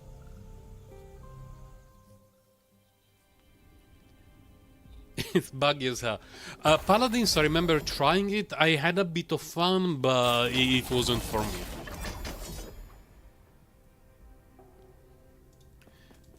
I remember trying it around the time the first Overwatch was released. And Overwatch 1, I liked it a lot. It was a very fun game. I played it a lot. For my then aging reflexes, it was a fantastic shooter game. Let's be honest, the skill requirement for Overwatch compared to other FPS games are ridiculously low.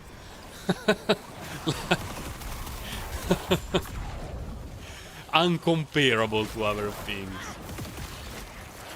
And like many people, I stopped playing it during the time when every single match, no matter if it was ranked or casual or whatever, you had Reinhardt and everyone hiding behind Reinhardt full of tanks. And it was just a matter of dump all your ultimate skills at the same time and hope that someone in the other team dies. Not particularly fun meta.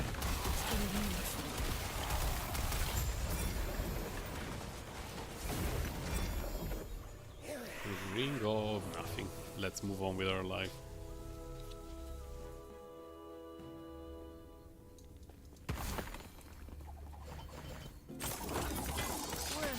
Anyway. Currently, all the games that should be released in the future, hopefully not too far future, the game that I'm looking forward to the most and for which I'm the most worried is the new Titan Quest. I'm really worried about that game. Because the first Titan Quest I absolutely loved it. One of my favorite hack and slash games ever. It was not as fluid and fast to play as Diablo 2. But the lore and the setting and everything about Titan Quest, I absolutely loved it. I dumped thousands of hours in Titan Quest. And last year or 2 years ago I got the, let's say, enhanced edition, which is basically the original game with modern video resolution. It aged. It definitely aged, not particularly gracefully. And not just in terms of graphic, but also because it feels a bit janky to play. It's not particularly fast-paced and fluid. And I have a lot of concerns because of that about Titan Quest 2. First is, how will they make the game? Like, will it be more similar to the original one and feel a bit dodgy? Or more fast-paced like the Last Epoch? Hopefully it will be more like a latter. Second problem, and it's going to be a big problem as well. Are they going to follow monetization system like the Last Epoch? Or are they going to wink in direction of Diablo and all the sort of nonsense? Dynasty Warriors. I've never been into the Dynasty Warriors series. It never really activated my ammo, but I've read so many people complaining about the last few games for the series. It's very annoying when you're really into a game series and... I would like to go in the direction. Why I cannot go there? And a new game is released and is a dud. It feels so bad.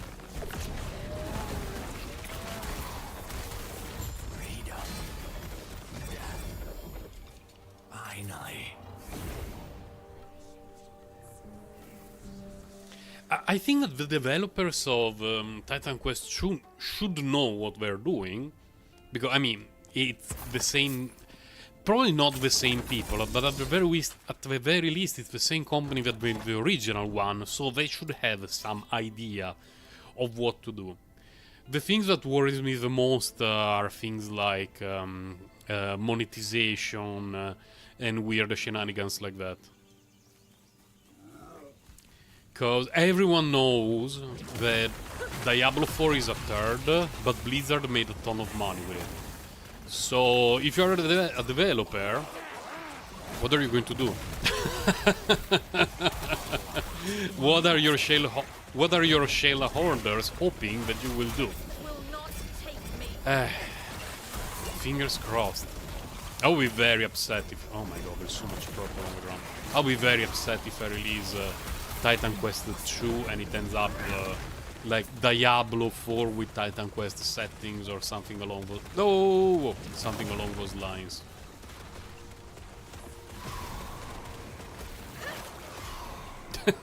It's garbage, oh no.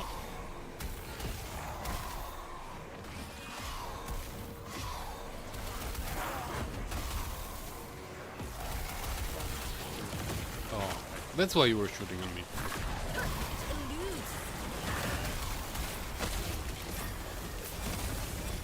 Dropping frames. Yeah, I'm sorry, Last Epoch guys. I'm currently playing from a desktop with Ryzen 7 3700, 32 gigabytes of RAM, and The graphic card is an RTX 3060, the version with 12 gigabytes. So I'm sorry if having like 10 mobs on screen means that my desktop is not good enough for your game. Man, they need to optimize the graphics of this game so much. That's if I were the developers, that would be my first priority. The game has no reason to drop frames per second on a desktop like this. The last really good Holo. Oh, okay.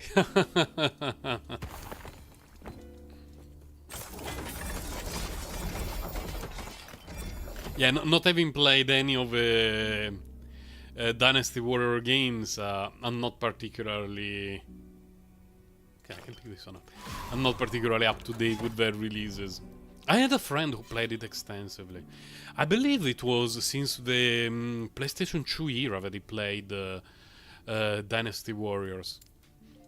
I would often go to his home because we were both into video games, and I had the PlayStation 1, the Dreamcast, and a few other consoles, and he had the PlayStation 2, so very often we would have alternate gaming sessions, and we would play different games at each other's home. And every time I went to his place, he would ask me to play Dynasty Warriors, but I never really liked it very much. Let's see what we got here. Oh, 35? Ah, but it's a pointless pace. Let's see, everything is bad, and I should feel bad, and that chest should feel bad.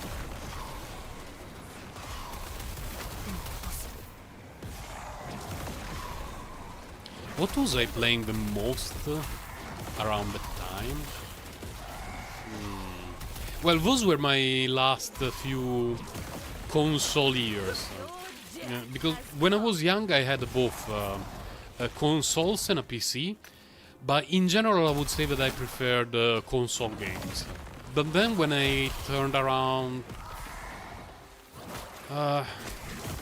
cannot really say an age, but around the university years, I started to find home more on PC than on console. Like the amount of games that really interested me on console became fewer and fewer, and more games were released on PC that really attracted me. My first love on PC was Lords of the Realm 2.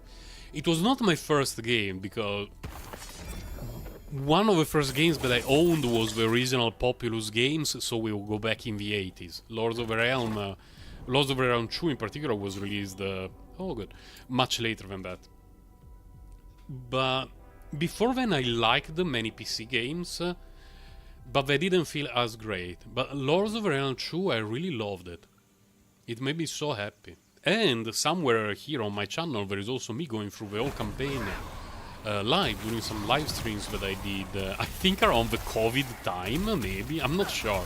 Maybe it was a bit before COVID or around COVID, I'm not sure. But that's a game that I have installed on all of my PCs, and every now and then I just start it and I play a scenario or two. It makes me happy.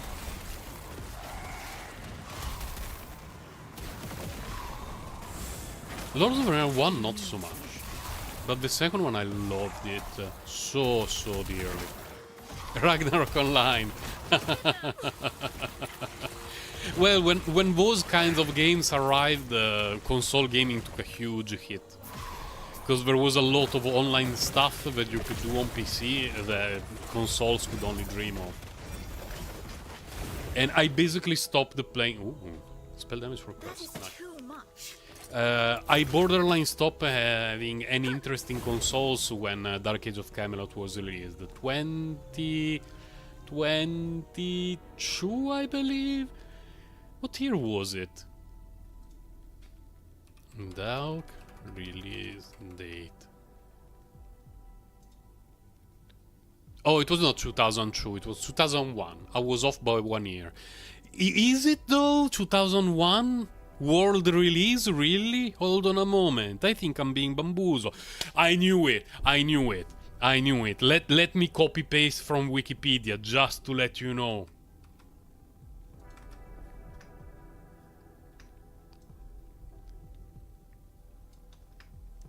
So, I said that it was released in 2002.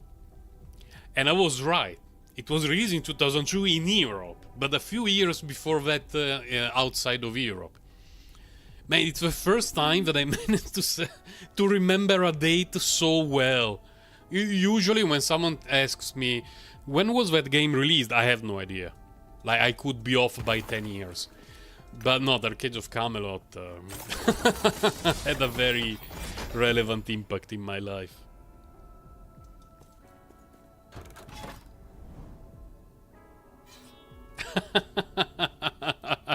Oh yeah, in the first MMOs, the drop rates were absurdly low, and it was just the average. Like, the game was like that. Like in the Arcade of Camelot, you go to the Trial of Atlantis map, you go to the Green Glades, you know that you activate your... what was the hardest one to activate? Probably the Guard of Valor, or the Cloud Song. Cloud Song was probably more annoying, so, you know, to activate the Cloud Song you needed to have the 3 scrolls, 2 of them would drop relatively quickly. For the third one you had to kill monsters that were 20 levels above you, and the drop rate was borderline 0, and no class essentially could do it solo. And enjoy, have fun. Oh, and everyone on the server needs the same drops, by the way. So fun times. You got GG. I was basically the server grinder for those rare drops in the Arcade of Camelot, because I enjoyed the grind and I had characters who could do it. So I was always at the Green Glades farming monsters 15-20 levels above the cap, and then I was selling stuff for only for in-game currency. I would have never sold drops and loot for real cash. Wink, wink. Come on, I had to pay my university thingy. What is it called? The university fee.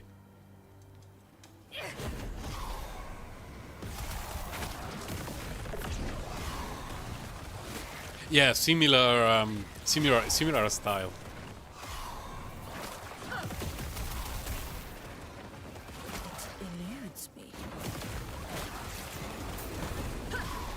This Gaia is one of the 2 games, well, 2 games series that I really hoped, I really wish rather, that I jumped into a few years earlier.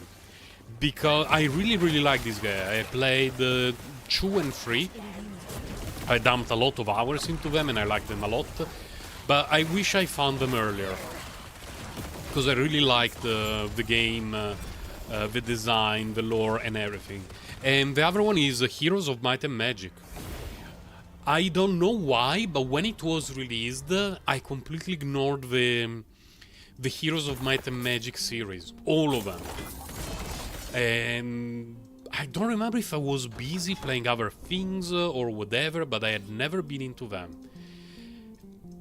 And then just a few years ago I tried them because, you know, they were on sale, all of them, for like $1 on Good Old Games, and I got them. And if I can think of myself 20-25 years ago playing those games, I would have dumped so many hours into them. I really have no clue what I was playing around the time for, completely ignoring Heroes of Might and Magic.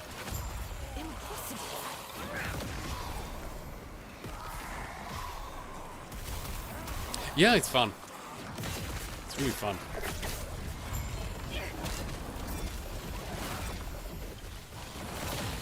It's fun and it feels like you are... Oh my god, that one is good. It's fun and it feels like you're making progress with your character. 77 critical strike multiplier. Is that tier 7? It's tier 7, let's go. It's my first tier 7 crit multi. What the hell is going on? I cannot see anything.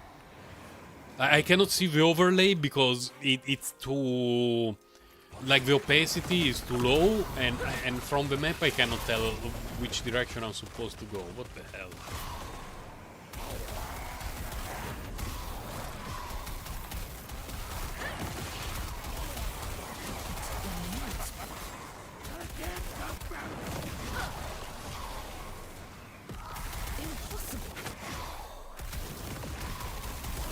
I think that after I fight the boss, I will check on Reddit very quickly if I announce anything about what was it called? Oh my god! A quick fix, a hot fix for the boss killing issue.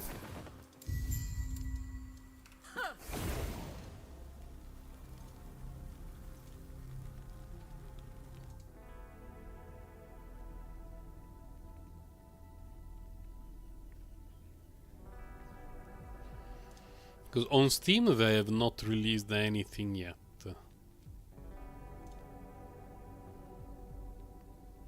They only released the mid-cycle.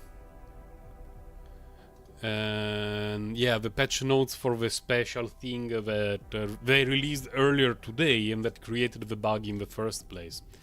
So yeah, we need to hashtag believe that they were going to fix it while I'm streaming, hopefully.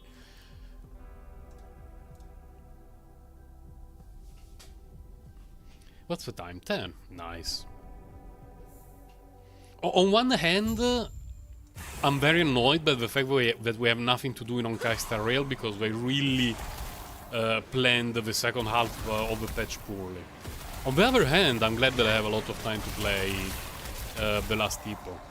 But for me, it's absurd that they knew they were going to make a longer patch, because it's not something that they decided suddenly out of nowhere. Like, they must have thought about it. And in the second patch we had the fight event that was one stage per day for a week, very quick, and that was it. Then we had essentially a web login event, because the second event that we got that lasted a week and that was like Liben in Genshin Impact was you log in, you talk to an NPC, you give him some garbage, and then that's the end of the event, you get the reward. Well, okay, that was the second event. And then nothing. And then, I believe, tomorrow we start to have a double Calyx event, which is not an event, it's not content. It's just, you know, you do your daily stuff, you just get more things. It's unbelievable that on a longer patch that is lasting an extra week, they planned it so poorly with so few things to do. How early you can break the game and level cap. It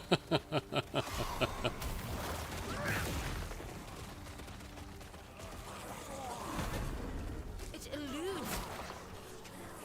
You remind me of my second run in Final Fantasy VII on the original PlayStation, because on my very first run, you know, I just played the game, let's say properly. Like, yeah, I mean, I did a bit of exploration, but for the most part I followed the story. Then on my second playthrough, I decided that I would try to get absolutely everything done in the game. And have all the characters at max level and kill all the Ultima weapons, the one in the water, the one in the sand, like absolutely everything. And I managed to do it, but it took me so long. Maybe that was the time Heroes of Might and Magic was released.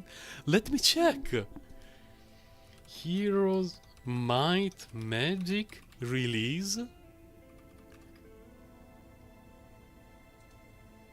The series began in 1995. Okay. That was around the time Final Fantasy VII was released, though. Final Fantasy VII, PlayStation 1. Oh no, Final Fantasy VII was a bit later, 1997. What was I playing in 1995? Because I already had the PlayStation back then. I don't know. But anyway, the second playthrough that I did on Final Fantasy VII, doing absolutely everything, took me months. Really, really months. 'Cause, you know, I was busy with high school and basket, so it was like in the morning go to high school, then you need to at least have an idea of what I would need to prepare for the following day of school. Then I had to go to basketball training, and then in the evening when I was tired after dinner, I would have time to play a bit of Final Fantasy VII. So it's not like I was grinding Final Fantasy VII for 12 hours a game. It was more like 2 or 3 hours a few days a week while I was watching a movie in the background.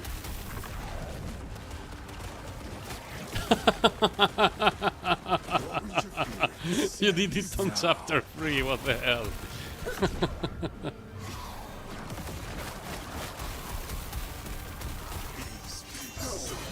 The only disappointing thing about doing the full clear of Final Fantasy VII before fighting Sephiroth is that the Sephiroth fight felt like a joke. There were all zombies. Not awful. I could pick one up. It really felt like a joke to kill Sephiroth at the end of the thing. Because he had a bit of scaling, but he didn't scale that hard. So when you reach the end game in Final Fantasy VII, and if you have a setup in Final Fantasy VII, the original one, with which you can kill Ruby and Emerald weapons, Sephiroth you can basically AFK kill it easily. And so, you know, after clearing everything in the game, I was like, let's go! Let's fight Sephiroth! Let's end it once and for all! And he got basically insta-gibbed. I was like, oh. Like, the blue ball effect was real. But I still enjoyed the game a lot. And that was back in the day that to make sure you were doing things correctly, you had to download a text file with the guide from Game Effects, and it would be, you know, a Word file or a Notepad file, and you would print it and have this basically this booklet of tens, if not hundreds, of pages with everything to do in the game to make sure you're not missing out on anything. Some things in the original Final Fantasy VII were so easy to miss. I will always remember a loading screen. It was not exactly a loading screen, but you were traveling through areas and you entered an area where you would see Cloud walking from the back, and the only thing that you had to do was walk straight through a forest for like 10 meters. It would take a few seconds to do it. But if you didn't notice it, if you just went straight, you would have missed out on a materia that was hidden behind some grass on the left side of the screen, completely far away from anywhere you had to walk. And there was absolutely no reason to go behind those plants to check if there was anything. But if for some reason you went slightly to the left side of the screen, there would be a noise, a sound of a materia blinking, and you will be like, hold on a moment. I think I heard something there. Let's go to check it out.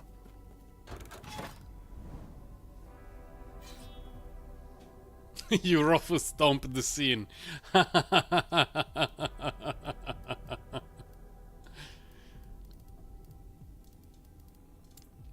Yeah, it would have been fun if there was some kind of empowered boss at the end once you cleared absolutely everything else in the game. Because throwing knights around at Sephiroth felt great, but then the fight was over, so... But no one got knights around on the first playthrough going in blank. There's no way. The people who say they did are lying.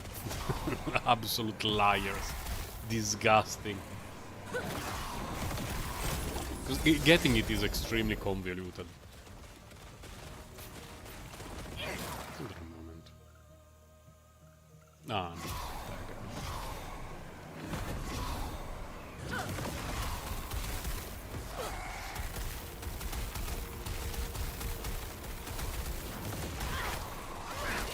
What do we need to do here? Oh, slay enemies to find the dude and then kill the dude. Okay.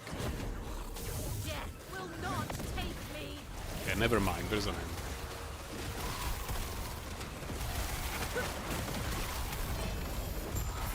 GG ambush. What we got? Nothing useful. Nothing.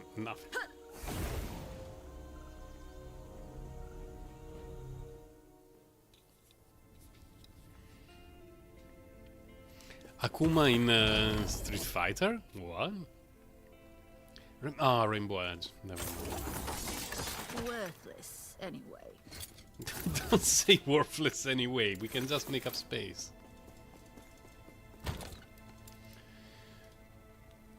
Really? But I have so much space. What the hell?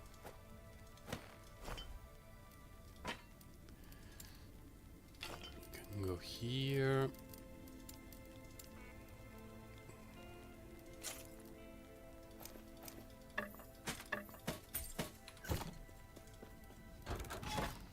Still a bit far.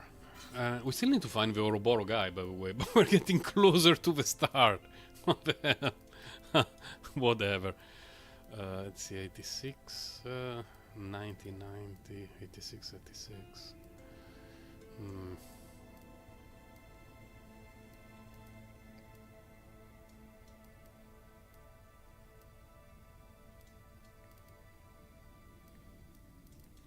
Let's go this way.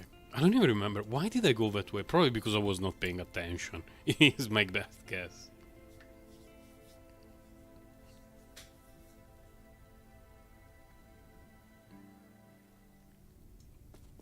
I gave up on Street Fighter after Street Fighter 5. I absolutely hated the fact that they released it with no...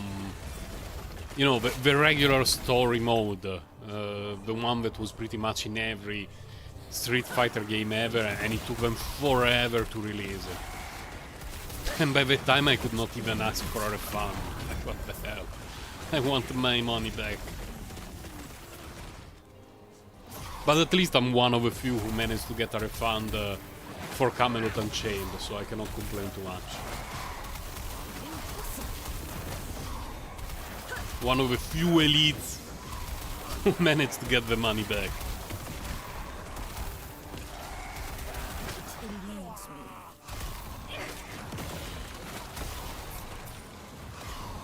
Oh, in that sense. Yeah. Something like that, yeah.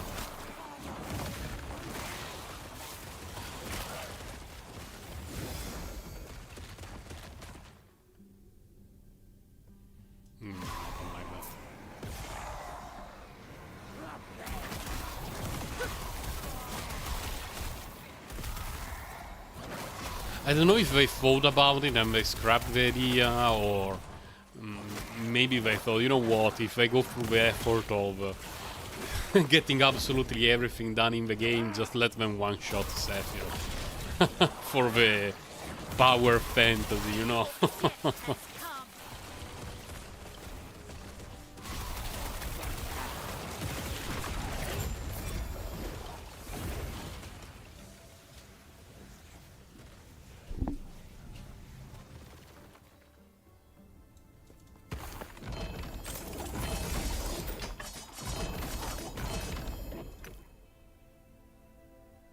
Yay!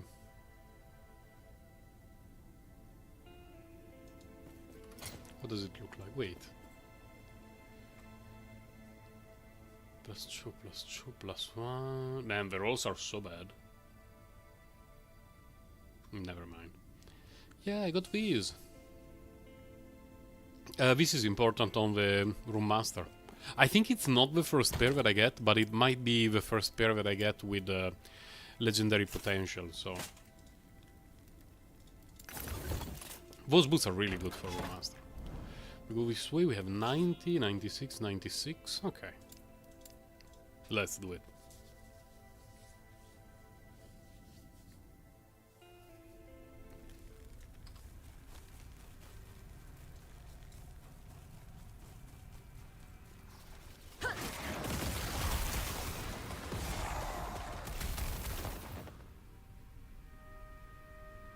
I heard a very weird sound. Like, not in the game, in real life. I think it was some bird doing weird sounds. 'Cause I live in the countryside, and what happens pretty much every year in summer, or, you know, spring, actually, is that snakes wake up when it becomes a bit warmer. And when snakes wake up, birds are not happy. And there is a particular variety of bird that is very cute, and they make very cute sounds, and they sing in a very beautiful way. But if I see a snake, they make a sound that is like an insane screeching. And I heard something like that just a moment ago from outside the window. Now, it was not a human being dying.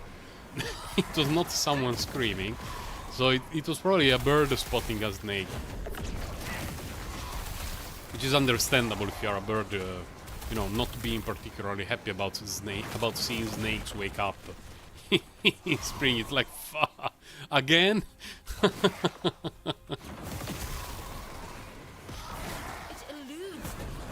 The snake is like, surprise, motherfucker. I always feel bad for the snakes that I find squashed by cars near here.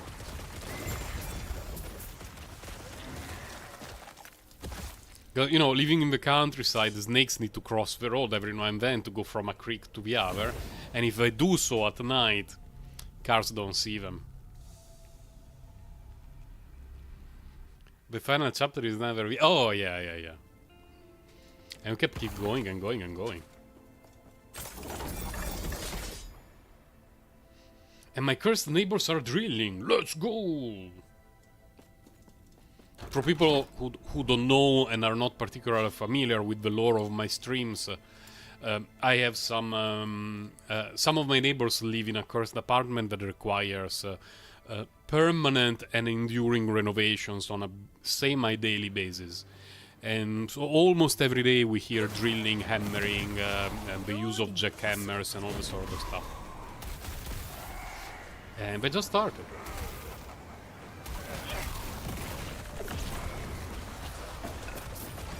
But it's not particularly loud right now, so it's not too bad.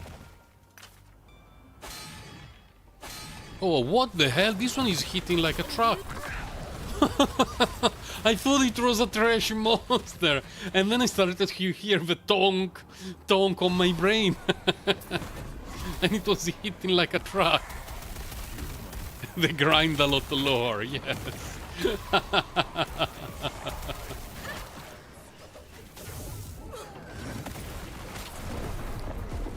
Oh my god, I got one shot. Oh, enemies are deadly! Ah, I didn't see the mod.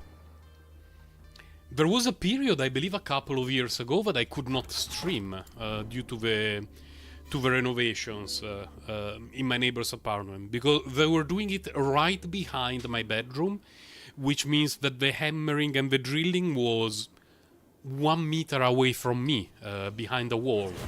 And it was not doable. I could not stream. I could actually not stay home at that time. I would just go outside to work at a coffee shop or whatever.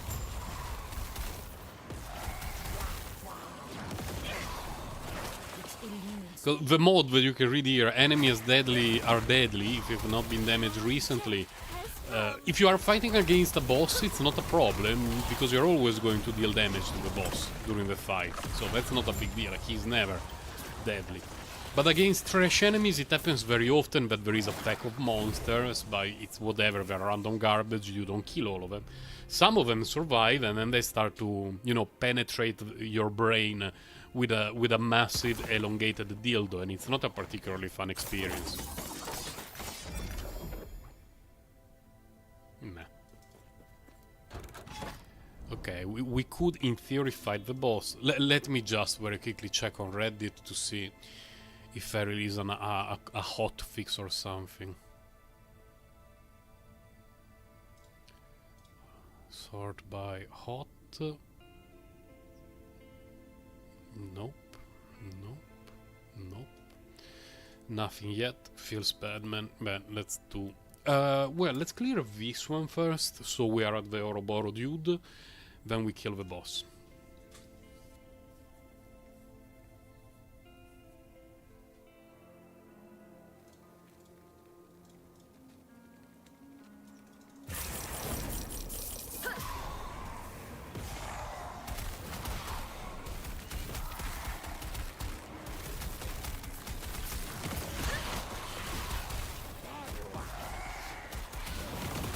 Seeing the mana not going down basically makes me sad.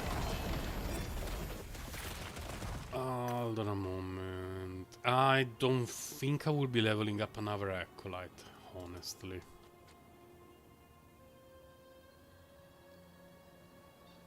Is that tier 6 or 7? 6. Nah, let's go then.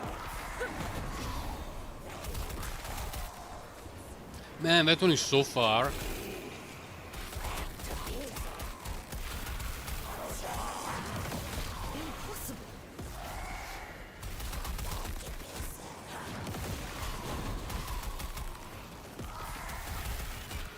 Wasn't even too bad.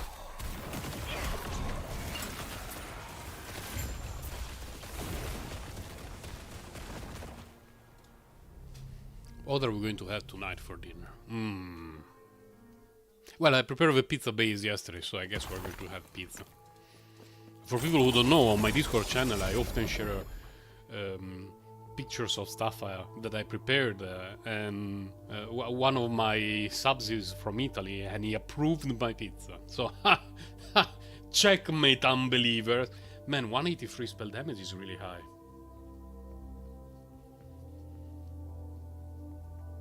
I think this one will pick it up, just to have a tier 7 spell damage thing in the bank. Yes, really nice. To be fair, my wife reckons that my pizza is better than those that we have in many restaurants, so at least I have some home approval. It's just a pity that I have, you know, a small cheap electric phone. Phone? Oven! What the hell did my brain do there? How did I say phone when I meant oven? Anyway. I have a fairly cheap electric oven, which is not particularly ideal for cooking things like pizza. But getting a proper pizza oven would cost so much money, and it's not something that I use every day. Like, I guess that if I had true pizza maker lineage in me, I may consider doing it. We make it maybe twice a month. Cooking with your yeah, it gets so hot that you can use it to bake a pizza. I honestly have no clue how that came out from my brain. It's probably a sign of decay. I need to go to a specialist later. What the hell?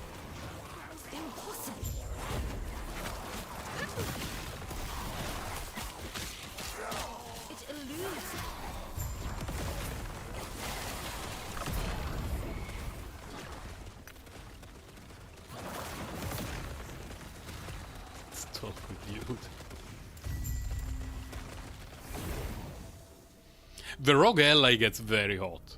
Unironically very hot. Not in the sense that it's difficult to hold, but it feels like holding a small heater.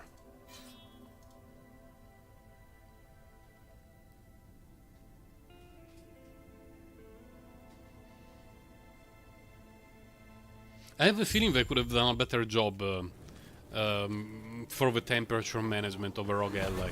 Because even when doing nothing, it's warm. And it shouldn't be like that.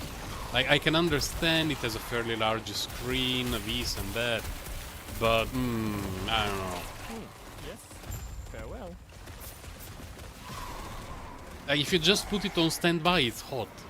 With the screen off, you put it on standby, it's hot. I cannot carry it around on standby because inside its own box, container, whatever it's called, bag, it's not a container, it's a bag, the temperature goes up.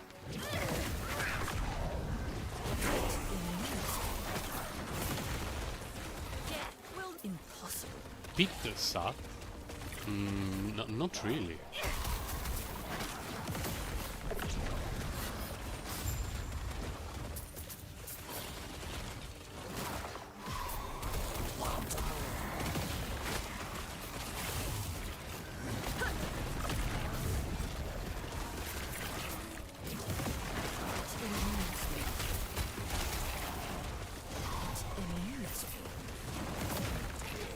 How is that mage still alive?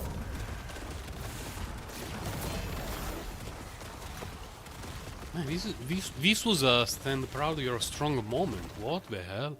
I threw so much damage at that mage.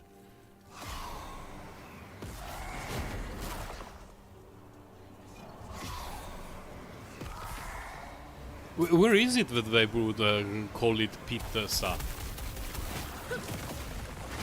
Is it like a slang from a specific country, or I don't know?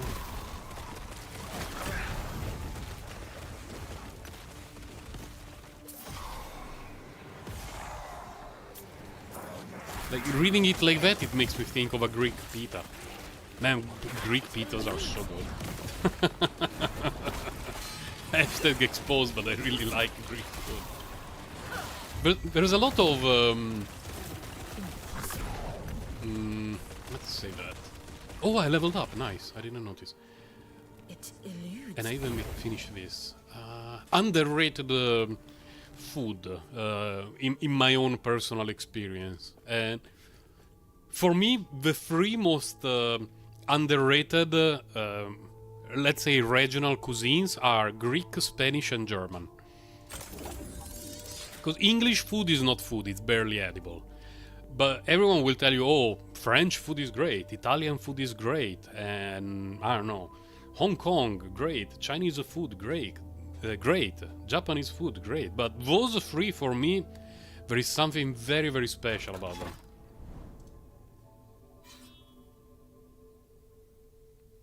The main character in Mr. of the Druids pronounced it. No, I never heard the pizza pronounced like that.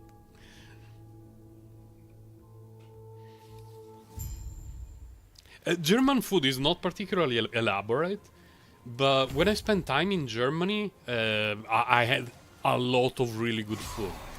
It's mostly things like baked stuff or roast meat or bratwurst of every kind, but all of them were really, really good. And in Spain there is paella, which is one of the best things ever developed in the history of mankind. And you can take your space race. I will take paella at any time of the day. And what's the other one that I mentioned? Oh, Greek. Greek cuisine is very, very nice. A problem that it may have for some people, and this is something that I found out from some of my friends, is that there is some seasoning in Greek food that is not for everyone. And so I can understand some of the spices and sauces or whatever may have flavors that not everyone likes. But in general, it's very, very great, good food. I am undying. That looked like a pretty good roll. Oh, only 12 actually. Never mind. I've not. No!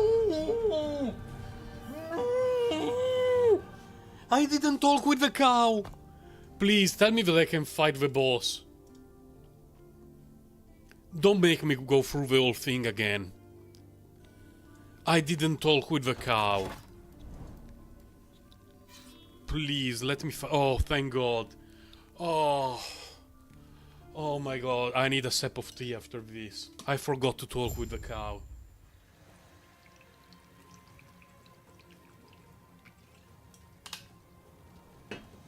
Man, going on autoplay on this timeline is so dangerous. You forget to talk with the cow and your life loses value. Why are you fighting for these beasts? No matter. You will die soon enough. The chill of death surrounds. Eludes.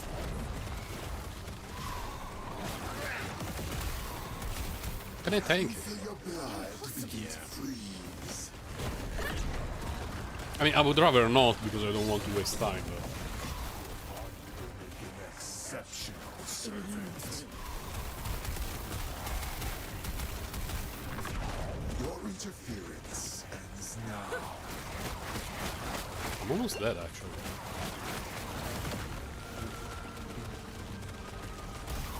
These beasts obey me. I am undying. Like, my ward was very low. Okay, let's talk with the cow now. It's almost a horrible oopsie, yes. If I had to go through the previous 2 stages again, it would have been an Alt F4 moment. Like the stream ends instantly. And that's it for the day from yours truly.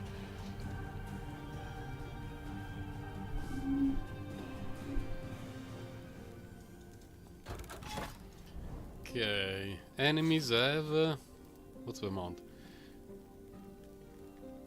No mods, good. Perfect time to go to say hi to the Shade of Ouroboros. We are 346, we get 24, we got 370. Fine, fine.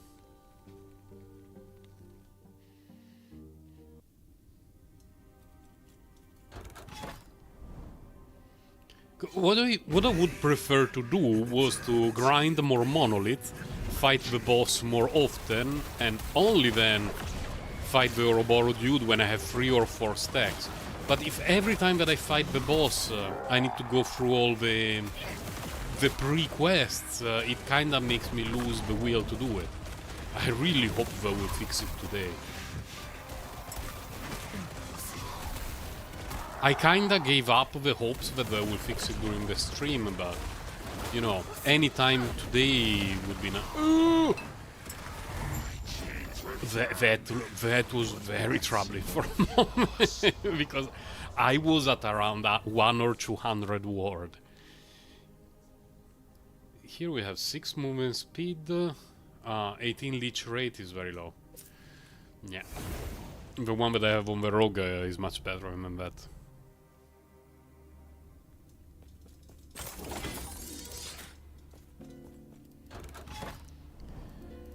Okay, we could do the Wengari Battleground already. Quick check for a hot fix. Please. Announcements. Nope.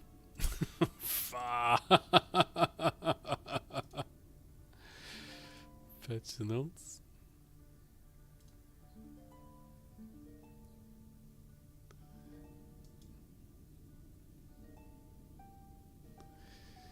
The issue is fixed. Here is what you need to do if you're still experiencing. Exit the game completely. Apply the small update through Steam. Restart Steam completely. Apply the update and go back to the farm.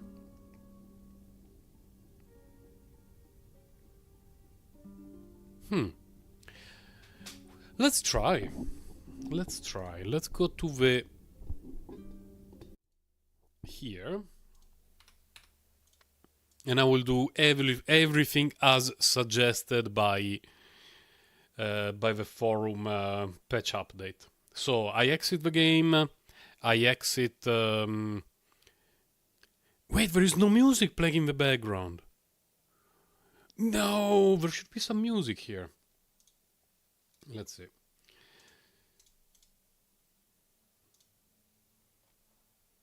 Oh, there is an update. There is indeed an update for the Last Epoch. Of 2 megabytes. A 2 megabytes update. Let's see if I really fixed it. It was posted minutes ago. This is very sad though, because here in the loading screen, actually in the fixing screen page, I had the Hieronymus Bosch Bat song, but it's not playing now. I think OBS forgot that it's supposed to have that. Feels bad, man. Okay.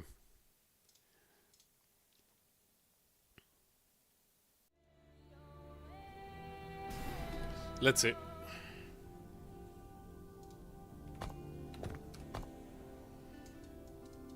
Blood, frost, and death.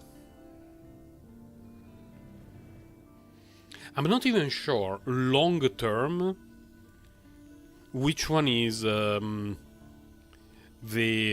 what is it called? The timeline on which I should focus. But it's something we will decide later on, I guess.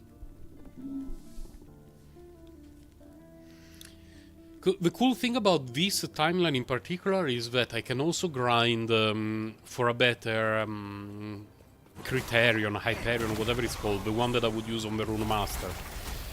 And if I get a better one, once I make it to level 70, whatever is the level requirement for the Rune Master, I can just give him a giga-busted Criterion with a good roll.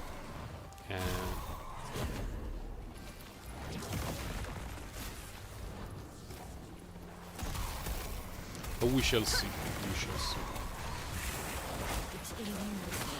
'Cause on one hand, I would really like to focus just on one timeline and just giga grind it. Hundreds, thousands of corruption and see how far I can make it with this character. On the other hand, grinding multiple timelines means more variety of loot. What do we need to do here? Oh, slave a dude. Is it a dude? Well, it's a patriarch. He should be a dude. Oh, what the hell?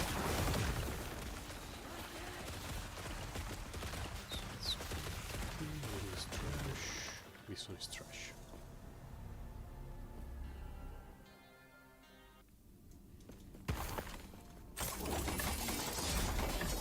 Worthless anyway. Like, if they fixed it, I don't know yet. We will find out soon. But if they really fix the issue, I wish that they would share with everyone how did it happen. Like, at which point did they release a patch that completely broke the whole endgame quest system, and how did it happen? Like, what was the interaction that made the boss fight suddenly require all the previous quests to be completed? Now let's hope that they really fixed it, but it was a fairly obnoxious bug. There's so much damage now. Your death has come. Slay Siege Capitan Ligma, okay. I doubt his name was really Ligma, but when I put my eyes on the right side of the screen, all that I could read was Ligma. Take me.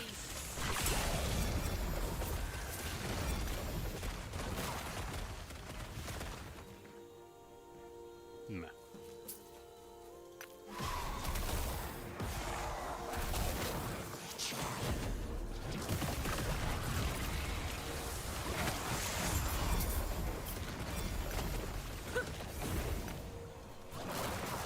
I can tell that I'm taking way more damage than before, because until I would say 300 corruption, I never saw my ward drop below 8,000 unless I was AFK. And here I'm not paying too much attention because I'm streaming, I'm checking the little spider in the room, you know. A lot of things are distracting me a bit, but I saw my ward drop into 3,000-4,000 many times, which makes me think that sometimes in the not too far future I will really have to remove some of these intelligence points and put them here to have more ward per second and at least 4 points. Find them from somewhere. Well, at least, 4 more points. So when I make it to 100, I would like to finish this to get all the spell damage bonus for my curse damage, and then respect 4 points somewhere, somehow, to put them here to have a 5-point bonus. This is a good candidate. 4 points here are a good candidate, but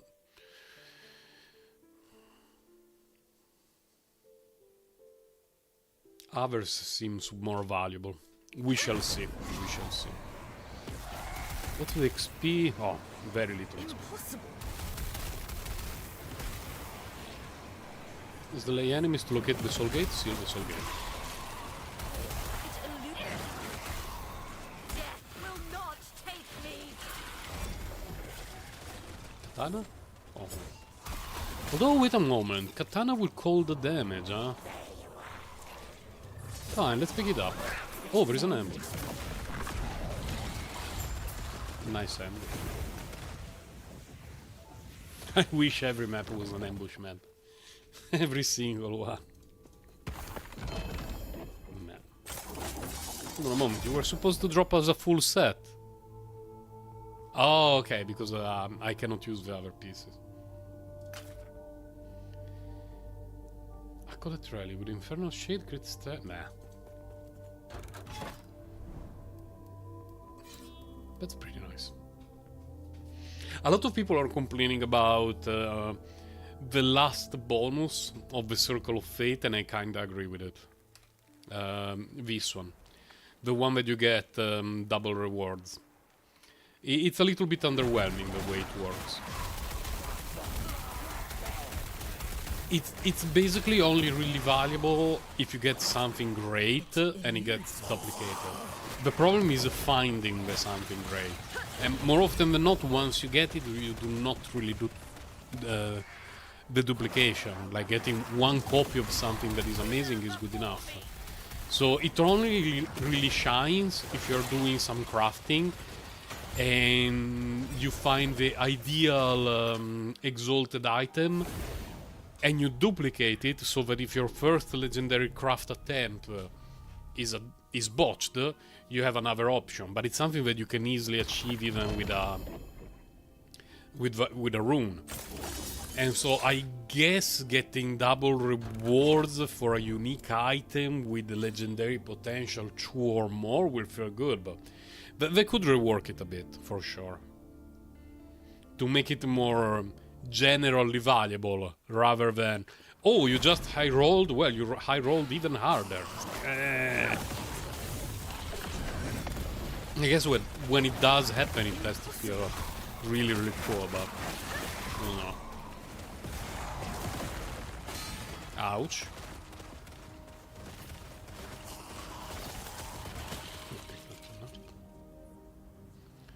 Where the cave can pick it up? What the? 5 seconds in the game without something attacking you off screen, challenge impossible. Exactly. She knows. She knows very well.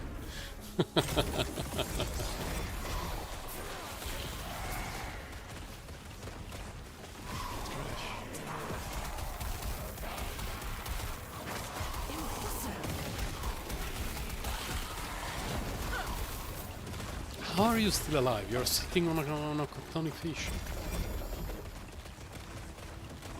That's a lot of spell damage. Mana regeneration. Okay, I can pick that one up. It eludes me.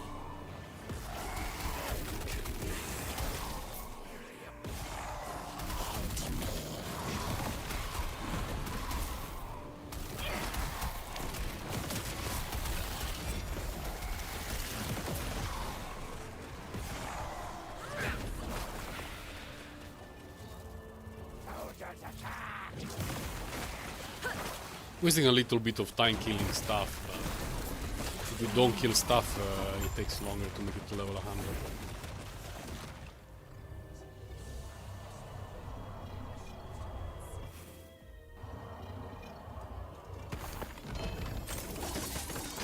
Oh, please. A good X. Nope. Nope. It duplicated it. Oh no, very different. It just rolled. It just dropped twice. Yeah, the acid flask chest can stay on the ground. This one still has good the thing stability, but I need to have a sip of tea.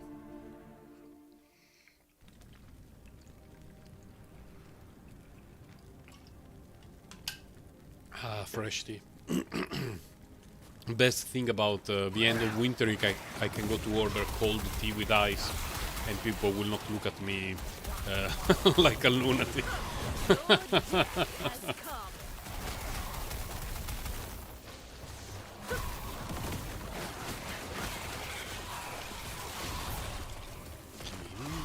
Oh, hello. Is there only one? Come. Wow. Where is my ward? What is going on?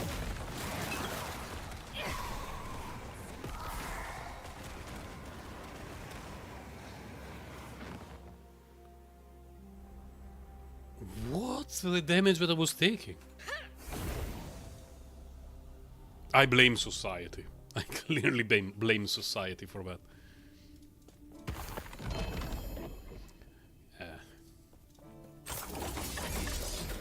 That is too much. I believe the Exsanguinos is a fairly rare chest. Not like super rare, but not one of the most common ones. So it's going to take a while to grind one out, but still. Surprised I didn't get any. How many crafting material? 43 runes of ascendance.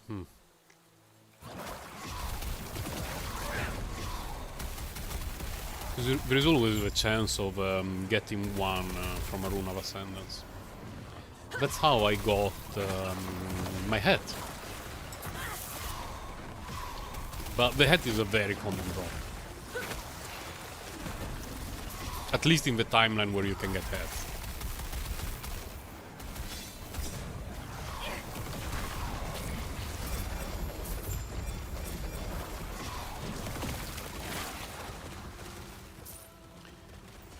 Send a knife.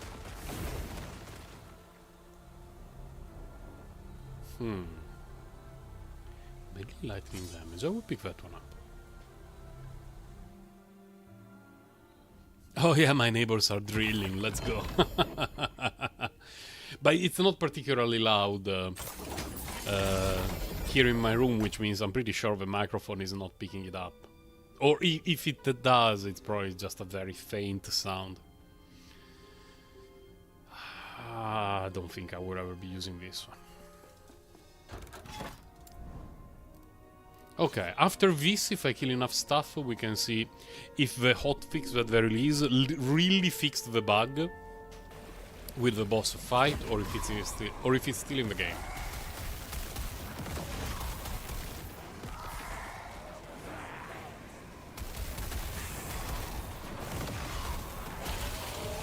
I cannot pull. Okay. Slave a dude. Let's go to slave a dude.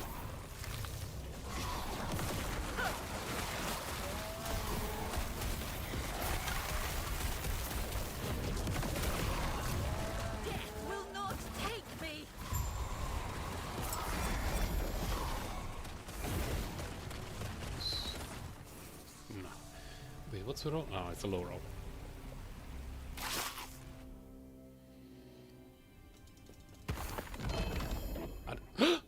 +3, let's go! We did it! For my rune monster! Does not have a legendary potential, but we worry about legendary potential much later. The one that I'm using on my rune master right now only has a +2. So going to +3 is actually pretty good. I'm not really using, my rune master is level 33. But he has in the inventory one of these with a +2 to runic invocation. This one has +3 and legendary potential 1, so it's actually pretty decent. Nice, let's go. Well, I have a tab just for daggers, so let's throw them there. The Daggerinos tab. The Daggerinos tab is full. Life is not daijobu. Yeah, randomly. Now, moment of truth. Can we fight the boss? It works! They fixed it! The hot fix fixed the bug. Let's go. Thank you, Last Epoch guys. Thank you. Man, that was great. there was a bug just a few hours ago and they instantly hotfixed it. Instead of being like, well, maybe at the end of the patch cycle, we will think about it. Oh, that was nice. Why are you fighting for these beasts? No matter. You'll die soon enough. The chill of death surrounds you.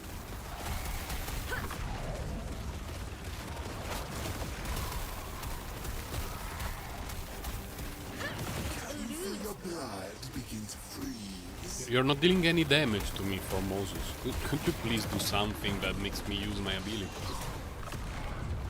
Your body will make an exceptional servant.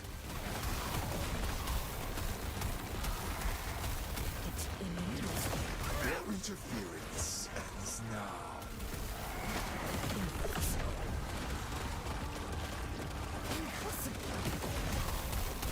Okay, now I'm taking some damage. Obey me. No, I am undying. Let's talk with the cow first. Okay, thank God.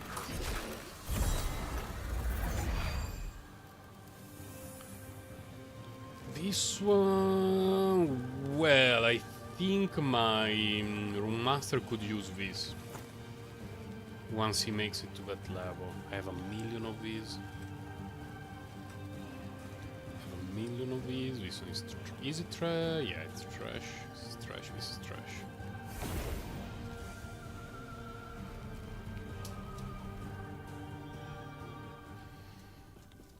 Did the hotfix change anything else?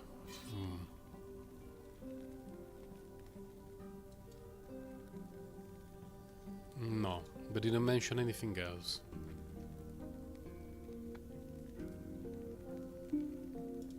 Didn't change anything else. That's good. Nothing else to change, actually. So we started here. If we go in this direction, everything seems to be pretty okay. I guess we hit this one. We probably try to build a few more, at least 2 more, so we can make it past 400 corruption. And now that we can fight the boss right away without having to go through the pre-quests, it's going to be a much quicker endeavor.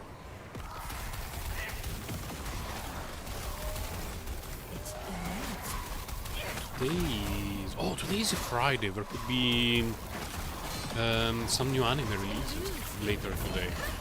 Slash tonight. It will depend on the time zones and everything. Currently I'm mostly just watching Freeren and Solo Leveling. Very, very wildly different kinds of anime, but I'm enjoying both of them quite a lot.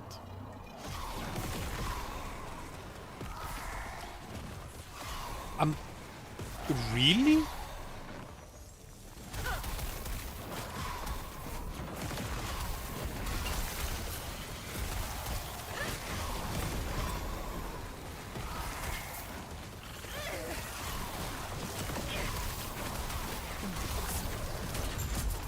I really want to get some merchandising for Freerun to support the official franchise. Official merchandising to support the... it's not the developers, but you know, the company that made the anime, because I think they did such an amazing job. And I really want to order the plush toy of Freeren inside the mimic chest. That one is so good. But here for me it's on pre-order, so I need to wait a little bit before I can actually put my hand on it.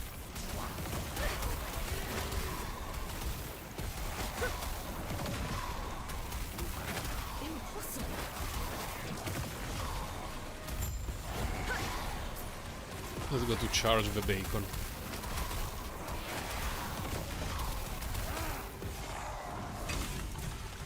I wonder what should I put on my pizza tonight. I'm definitely going to put some onions on mine. I cannot do it for my daughter because she hates onions. She just wants a mountain of cheese on her pizza.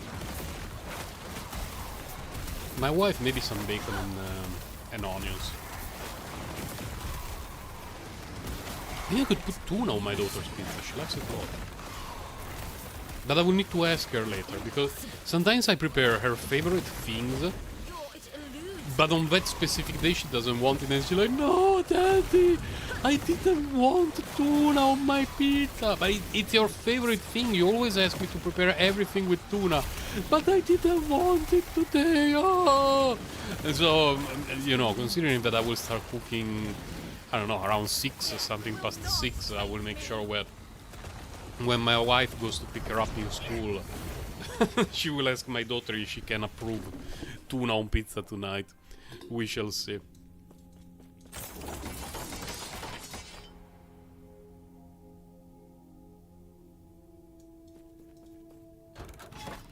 Okay, if we go in this direction, we have a bunch of absolute garbo nodes that I don't care about. This is so bad. How about this direction? This one is okay. This one is okay.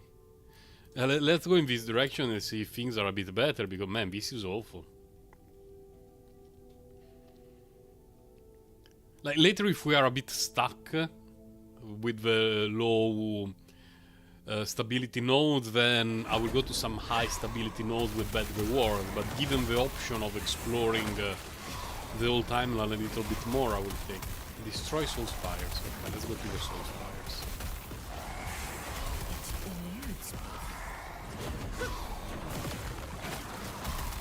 I don't know why I have a feeling that sometimes today my character gets stuck in really weird places. Usually going around with Ghost Flame active, you don't really get stuck. You just go, unless you know, you really go through an obstacle. Today it feels a little bit random.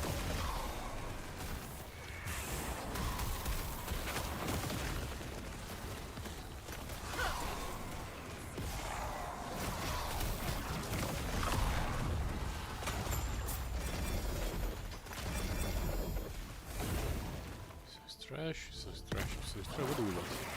Hello, magical dude, give me a giga reward of destiny. Come on. Did not even drop gold. Fuck off.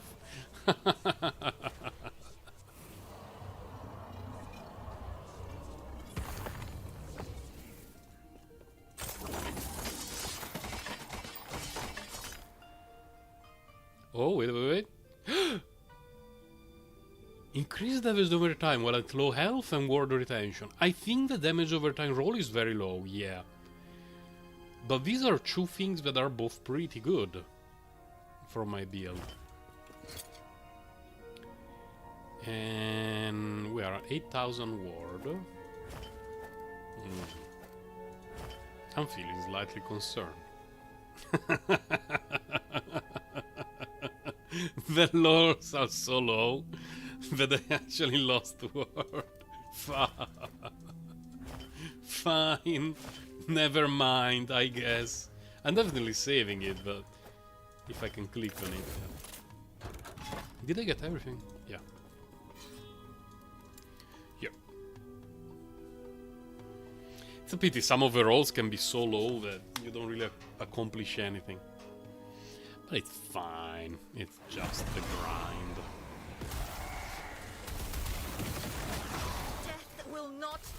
I'll be so happy if I could make it to 1000 with this character before the end of the cycle. I don't know if it's doable. I honestly have no clue.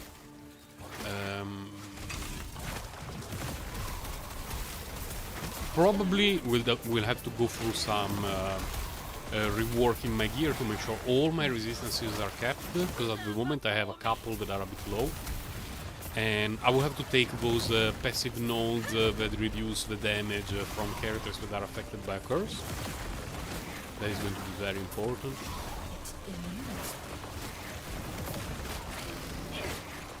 But I think it should be doable. Because this is a character that doesn't need to stay in one place and stop to deal damage. You know, you can just fool around. You have a lot of damage reduction. You deal damage over a lot of damage over time while just fooling around and avoiding danger. I think it should be doable, as long as I can equip her in a way that she doesn't get one shot.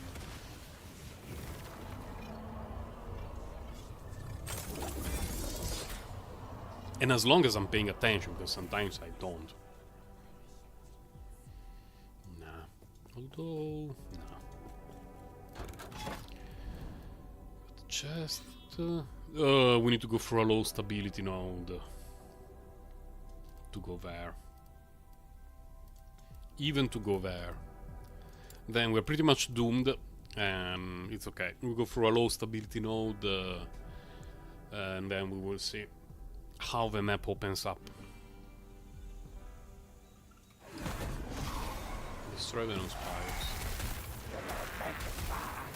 It eludes.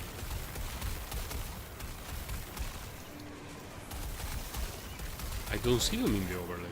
How far are they? Oh my god. Oh, okay.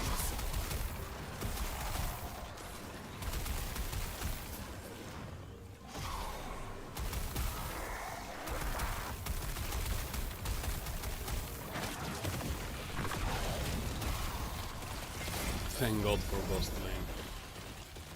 Who threw a Giga Hadouken at me from off screen? You smoldering Lithrak. That's a good one. Not amazing, but it's a potentially good katana to use for crafting.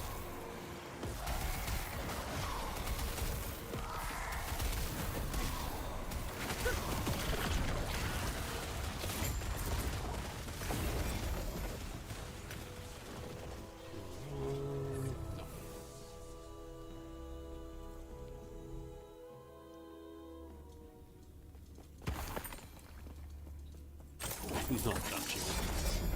I was not picking them up earlier when they gave a lot of gold. And now that they even nerfed the amount of gold you can get for selling them, there is even less incentive for me to pick them up.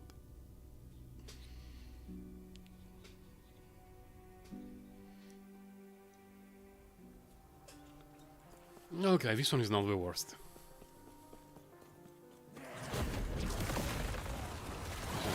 Literally stay in the center of the bridge, refresh Plutonic Fissure and wait until the end.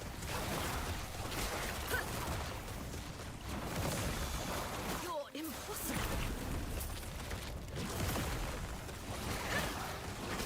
It eludes.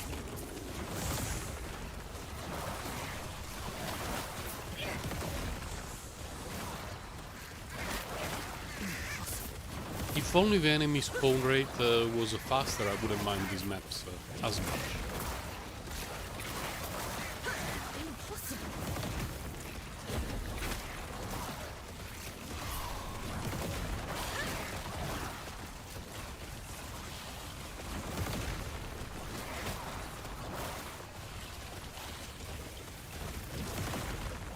It eludes.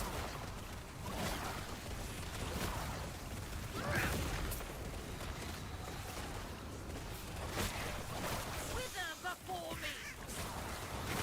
It eludes.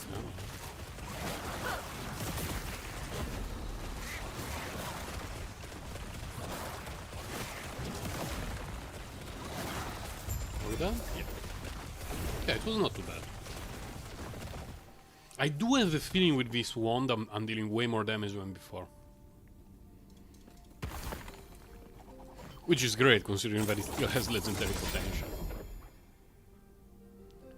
It's a lot of physical damage. Half generation, poison. Nah, whatever. Found a shade of Ouroboros. Oh my god, we're stuck in every direction here, though. So I guess after getting that, we need to reroute somewhere else. How about this way? 90? 54? 94, 100... 100... 56... Yeah, we need to go that way. Fine. Here. I have a good feeling about this node, though. I do have a good feeling. How much do I have? 100k.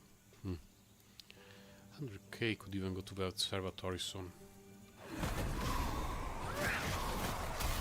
It's less urgent right now, especially considering that that I got ahead with the Ghost Flame bonus. But wouldn't mind to get more. Oh, come on. I was having a look outside of a monitor. I'm glad that I had a good feeling about this node. I wonder what would have happened if I had a bad feeling. But since we don't get anything from there, let's just go here and find another shade of Ouroboros. Oh, so annoying. It happens when not paying attention. Yesterday I died because my daughter was showing me a drawing that she made of herself and me, and she drew me with a skirt. I never wear a skirt. I asked her, wait a moment, why did you draw me with a skirt? And she was like, oh, I just wanted to do it. Okay. A fantasy rendition of yours truly. Oh my god, my phone is almost out of power. Give me a moment. Yoink! Okay. Because I'm keeping the phone open to monitor the stream, but also if work, office, or school from daughter or whatever calls me, I need to be able to tell that someone is trying to contact me. 20 giga trash. Is it though? What tier is it? Tier 7. Tier 7, let's pick it up. There are some drops that don't seem very valuable, but considering that tier 7 is a bit difficult to come by, I may end up thinking, you know what, I may actually want to have a build with void damage and whatever. Fine, this can be useful for characters that are leveling up.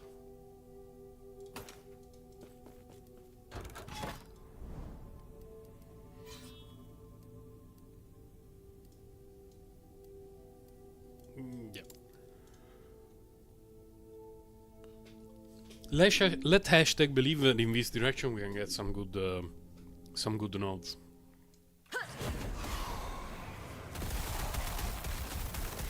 Slay enemies until we find a dude and then kill the dude. Well, first we go to the mage.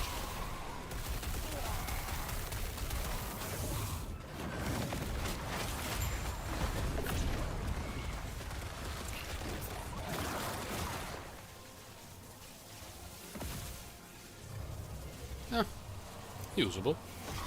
Impossible.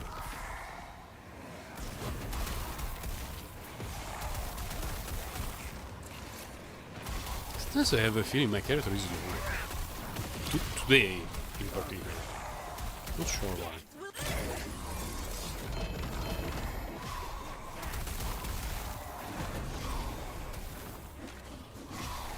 Acolyte what? Acolyte... Ah, fine, let's pick it up. Not a huge fan of Hungering Souls, but can be useful, and I'm not sure if I have a tier 6 in the bag.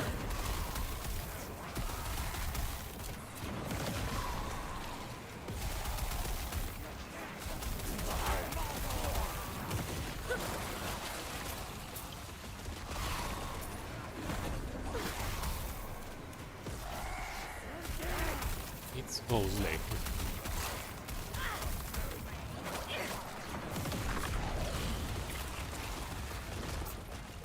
Off screen.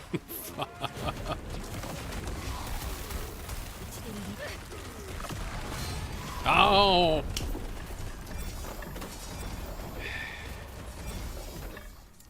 I had the feeling this was going to happen. When I noticed the cooldowns and the mana and everything, I had the feeling this was going to happen.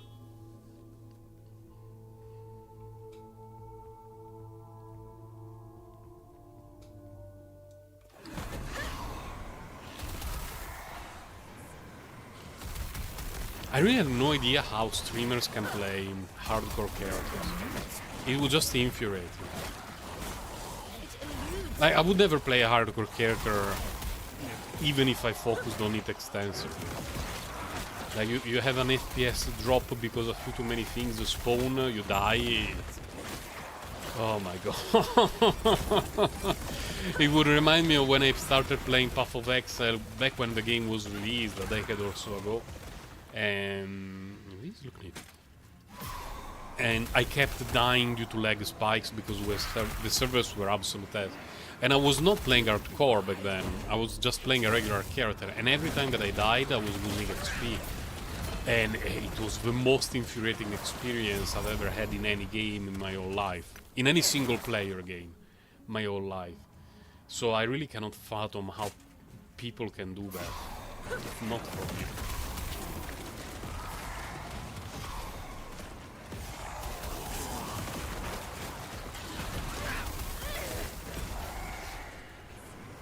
Bit too stressful, just the idea of having a hardcore character.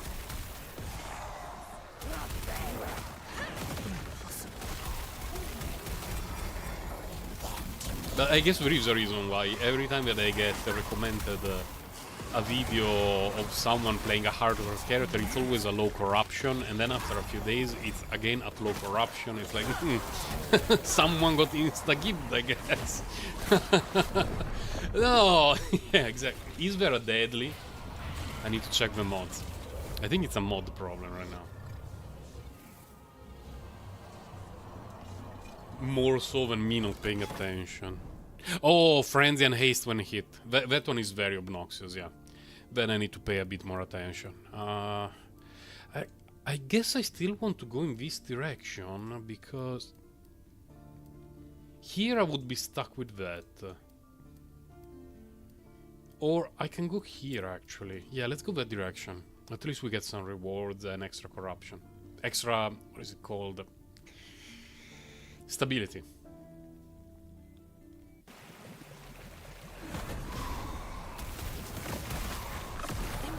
Most trash enemies, when you hit them, they die almost instantly. So them getting frenzy, haste, whatever, is not usually particularly problematic. But when named magic, whatever, you give him frenzy and haste, then obnoxious things can happen. Especially if you have low mana, things on cooldown. We need to seal the gate. Okay, let's seal the gate. I like that I cannot walk because there are obstacles. You know, just to make things a bit harder.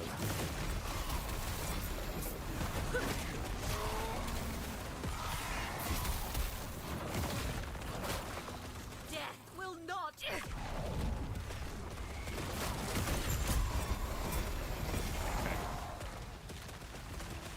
Check if there's anything. Nope. Nope. Nope. Is it a nope though? 63 is tier 7. But no, the rings that I have are too good. Let's say hello to this guy.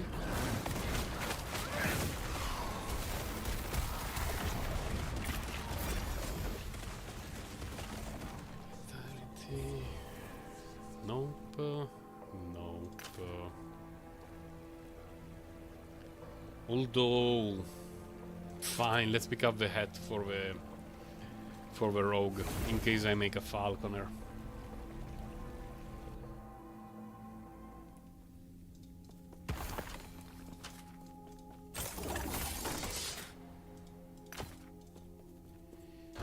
What you got for me? 86, 90, 86. Fine, let's go. Couple more nodes and I should have the chance to fight the boss.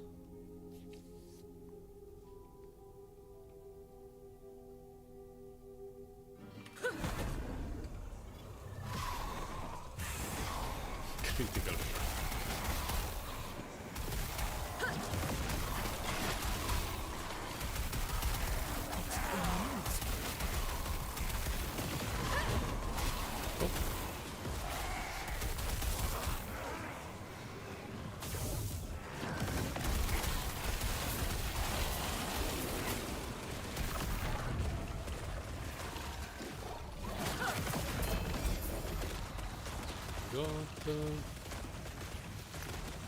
Not even that bad.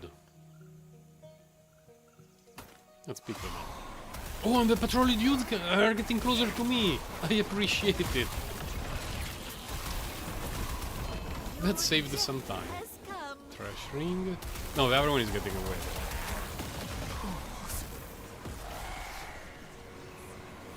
Come on! We move.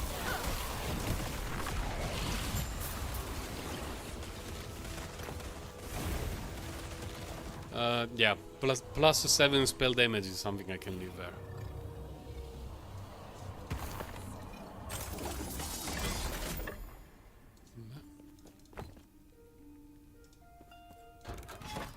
Yeah, need one more. 90-90. Looks like this direction is slightly more blessed in terms of the bonus for the timeline. I wonder why my brain cannot instantly remember the word stability. Because there are two mechanics in the endgame. One is the stability, you need to build it to fight the boss, and the other one is corruption, and you build it to make the monoliths harder and get better reward. Corruption is always something that I can instantly remember. But stability, unless I'm talking about it for a while, and it's engraved in my brain, I never remember that it's the name of the thing that we need to build to fight the boss.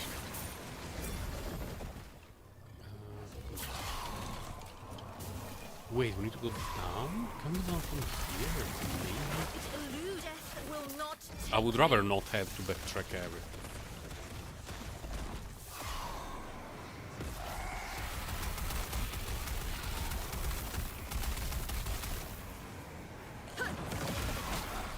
wither before me.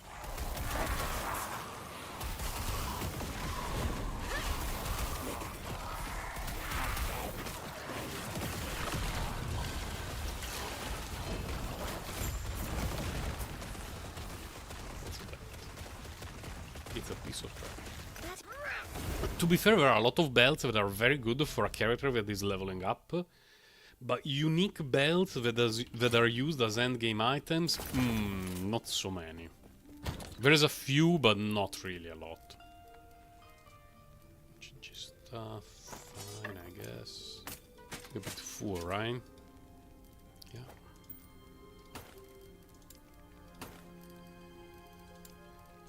GG Nori, still have a bit of space. No, I need to get the reward. They're not great, but let's get them anyway. This is Giga Trash.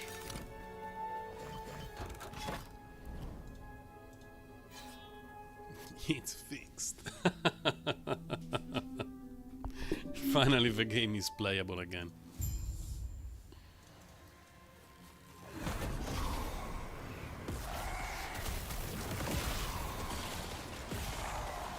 Why are you fighting for these beasts? No matter. You will die soon enough. Getting hit very hard. Death surrounds you.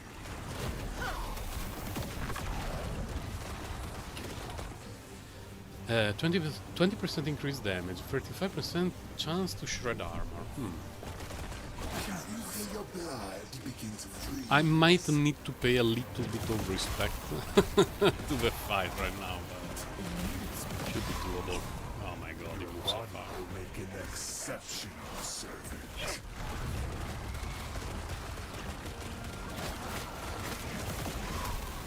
Your interference ends now.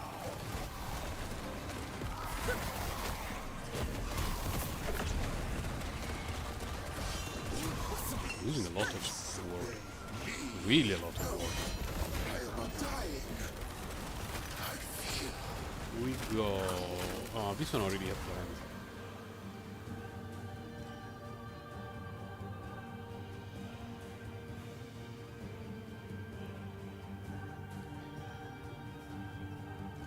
Fine, let's pick it up.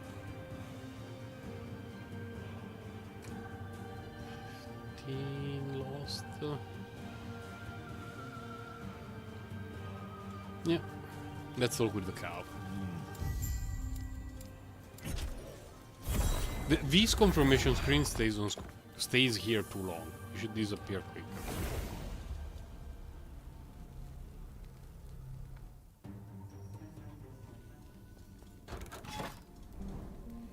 Okay, we are at 2. If we fight a Shade of Ouroboros right now, it's 24 corruption. We don't make it past 300, so let's keep going. 90, 90, 90. Yep. Tea time. Not a lot left, but it's already 11:15. I will be playing for another 40 minutes or so. Although I always end up playing longer than expected, because I always say that I will stop around 12 for me, which is 45 minutes from now.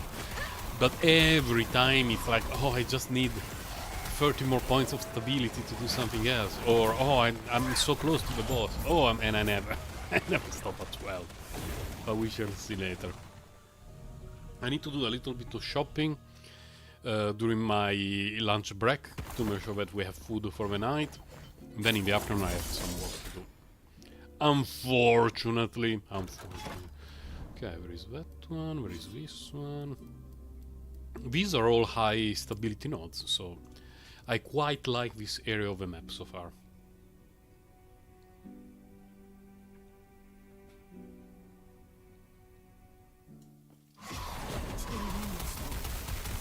Blood sparks. This one is very close.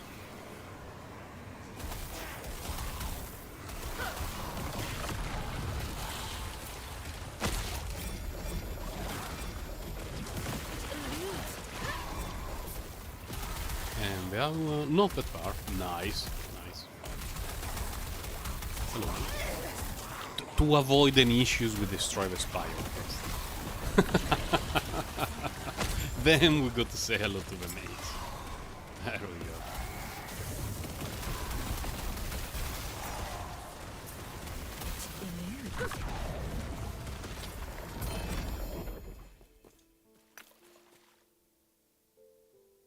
Nah.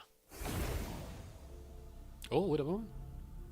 79 crit multi is a lot. Yeah, tier 7.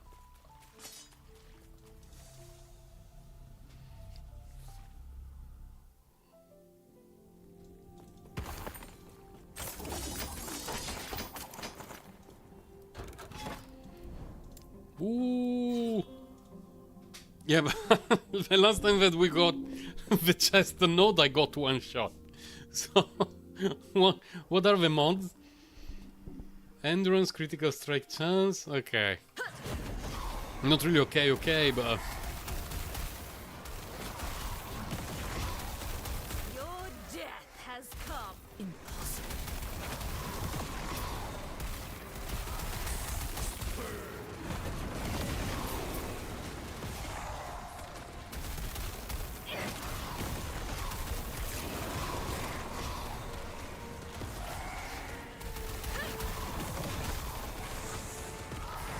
bit low on mana.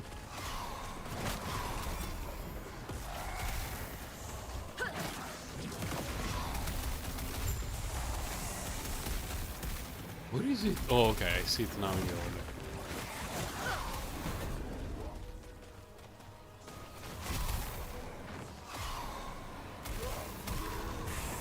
Oh, base the shrine, thank you.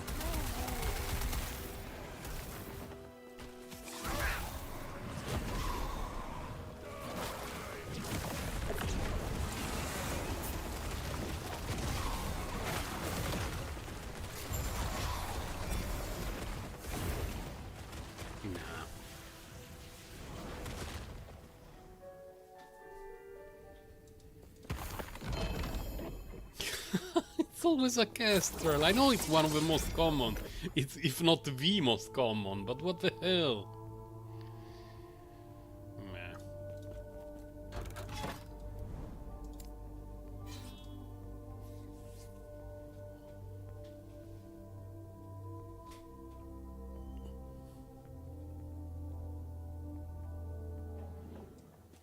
Oh, hello.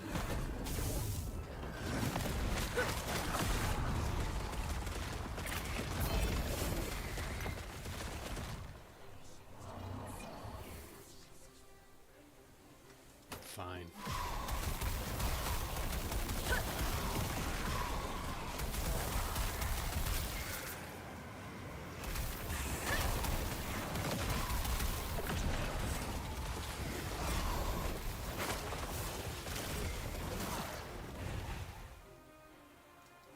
What do we need to do? Oh, we need to find the dealer. Your death has come.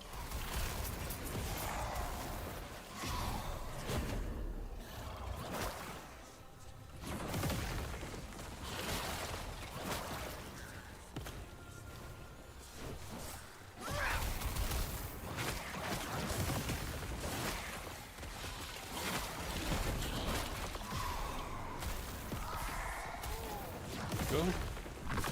This one can hit like a truck.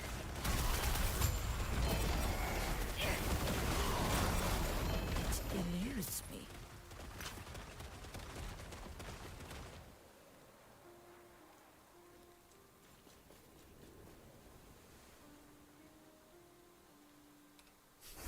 Nope.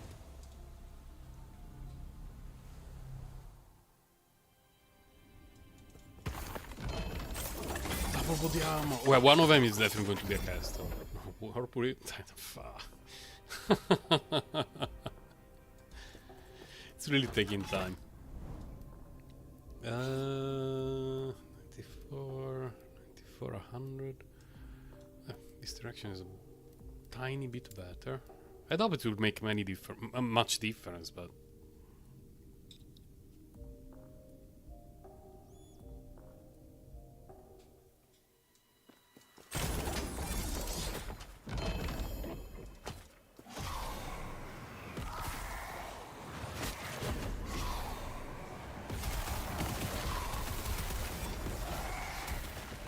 another Wingary Patriarch, okay. Today is Wingary Patriarch Day.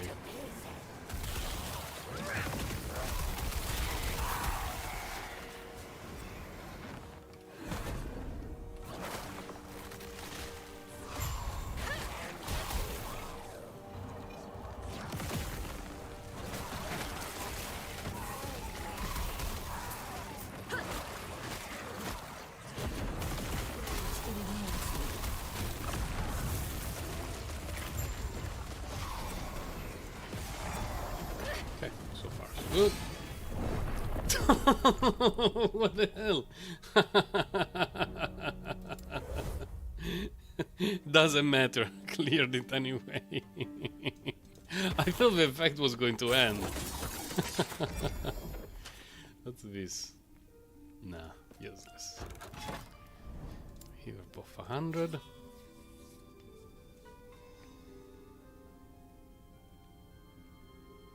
Yeah, sure. Okay, hold on a moment. I'm using these for the Acolyte tree with Vitality, Intelligence, Ward Gain. Well, this one is only to activate this, actually. To get Ward Irritation, Necrotic Resistance, Poison Resistance. Here I have 18 points in Leech, Intelligence, and the low life damage bonus. And then I have a ton in the Warlock. The last point, because I'm level 99, the last point will go here, but as corruption goes up a bit, I will have to do little bit of reworking, because what I'm noticing is that the damage output of the character is already plenty good, but I want to spend more points here to get more ward per second and less damage taken. But other than that, I think the other nodes will stay like this, so mostly stuff that increases damage, mana regeneration, intelligence, you know, this kind of stuff. And for the skills, I'm using Tonic Fisher, almost all the damage nodes, although I really like it as a traversal skill, so I invested these 4 points to 1-1 to make it a traversal skill. Then Bone Curse, I've always used it like this. Basically just stuff that makes it cheaper, faster to cast, kill, res, hold, and necrotic damage. Profane Veil is like this. Everything that makes it cheaper, and cheaper and longer. It's pretty much what I like for it. If I had an extra point, I would like it here, but I do not have an extra point for Profane Veil, unfortunately. And I find this to be more valuable.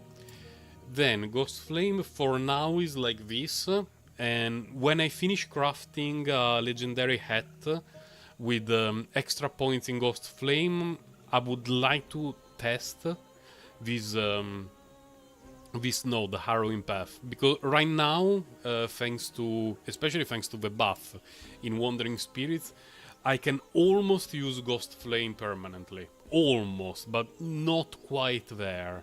And maybe if I make it cost a little bit less, maybe just an extra 15%, I will be able to use it semi-permanently. And Wandering Spirits, I pretty much got no node for damage. It's just increase cooldown, reveal rate, and make it last longer and cheaper. Build link.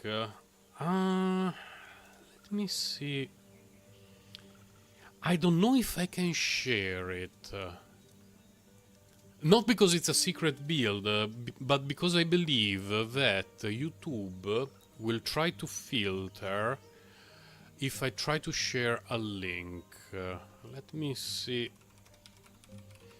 if I can share a YouTube link, though.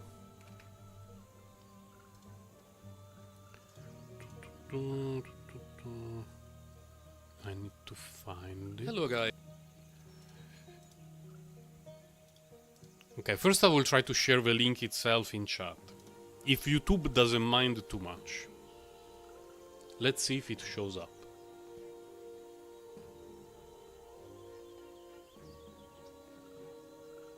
It showed up! Let's go! At least it showed up for me. Let me know if it shows up on your chat as well. It works! Let's go! Thank God. This is a build that I had a few days ago, though. Hold on a moment. I opened it just to check if there is anything particularly different. Yeah, this the build that I linked to you did not have extra 4 points in Tonic Fissure, because I crafted my chest piece after I made this this build. But the passives should be about the same. 20, 18, 69, nice, yeah. It's pretty much the same, just a few extra points in the passive and a few extra points in what is it called? Tonic Fissure. Oh, the rotation. Well, while going through the map, you basically just dump Wandering Spirits because they have been buffed.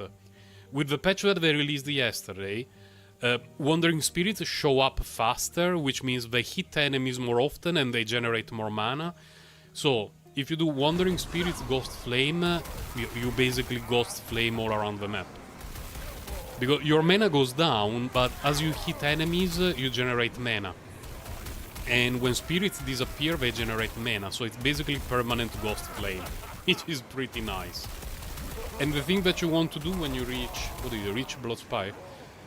Usually is like Bone Curse, Spirits to Refreshment, Tonic Fissure, Ghost Flame, and you do this and there is nothing left on screen. Against the bosses is the same. The only thing that is important is to have Tonic Fissure always on the ground, because it's the only proper source of damage. Because the tooltip for Ghost Flame looks very nice, but it doesn't deal that much damage actually, because you're using it to fool around. So you don't stop in one place to do pew pew pew pew pew. And ideally is this Bone Curse. Spirits you cast it on cooldown, and then it's just this, Ghost Flame, and this. It's not a fixed rotation though. You just use Ghost Flame basically every time you're not doing anything else, so that you have all the damage reductions available, and you spam Wandering Spirits on cooldown, and Profane Veil is useful, especially against bosses, but in general it's very useful because while you are in Profane Veil, Tonic Fissure will deal more damage thanks to this node. Because you apply a curse, you go into Profane Veil, you deal more damage. But sometimes, especially against bosses, I prefer to keep it available as a panic button when nasty things happen. How far are we from the boss? Oh, still a while.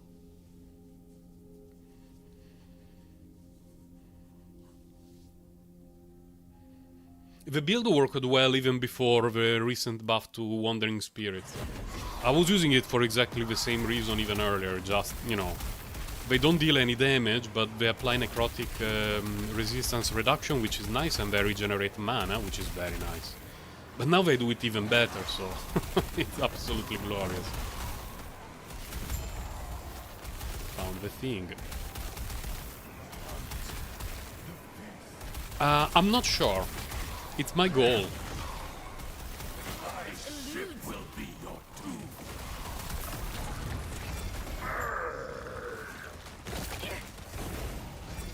No, I dropped the purple so late. It's forever gone. I think that to try to make it to high corruption, I will definitely need 5 points here. Definitely. So my plan is at 100 get this one, and then probably respec 4 points from this.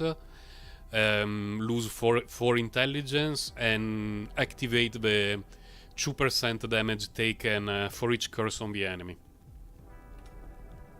No, actually, I live in Taiwan. It's 11:30 a.m. for me.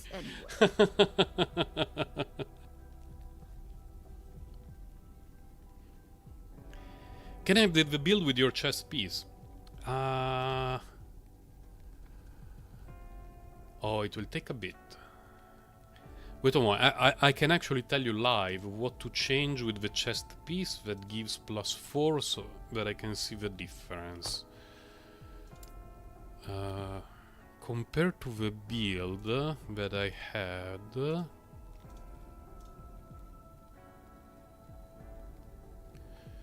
The differences are...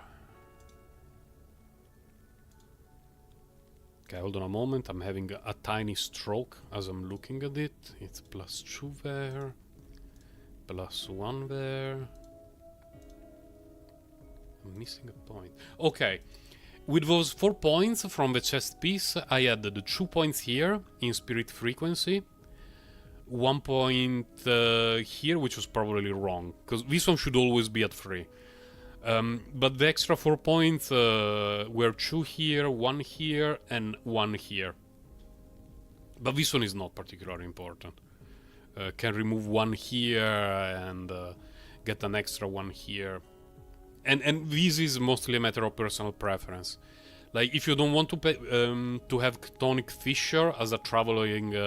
as a traversal skill, you can remove all these 4 points and, I don't know, add more points here, a 5th point here, 2nd point here, necrotic resistance, shred stacks.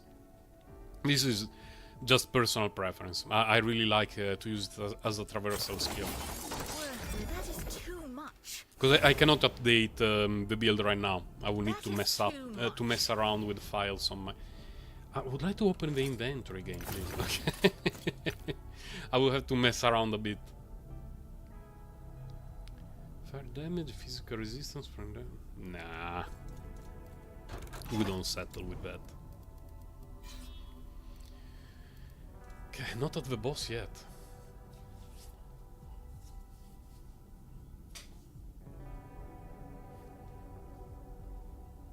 And I consider the build will be finished once I get a good Bone Clamor Barbut with legendary potential, and I will put Ghost Flame in it, and hopefully, well, either intelligence or necrotic resistance, you know. It will depend on the amount of legendary potential in our substats. And then this one, in a perfect world, crit strike multiplier, necrotic resistance penetration, intelligence, necrotic resistance. Those 4 are ideal. Wait, can I get necrotic resistance on a wand? Maybe? I'm not sure off the top of my head. But with legendary potential 3, the important to get are going to be crit multi and intelligence. I just got the wand yesterday while I was grinding, so I've not had the chance to do any crafting with it yet.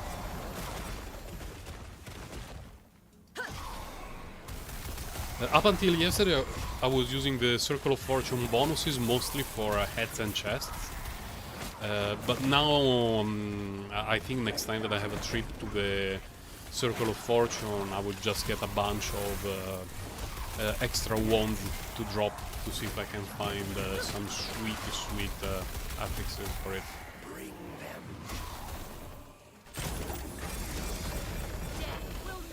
Because I already have a tier 7 crit multi wand, but everything else is useless. And oh,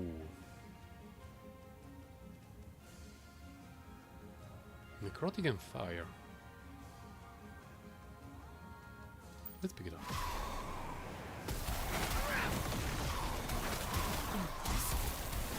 In a perfect world, tier 7 crit multi and well, all of them tier 7 is not viable. But you know, tier 7 crit multi, tier 6 necrotic resistance, at least tier 5 intelligence would be ideal.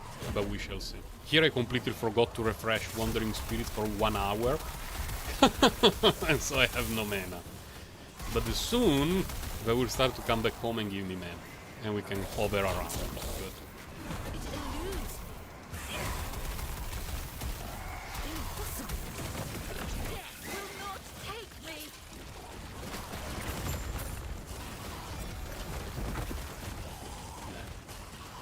Let's say hello to the mage.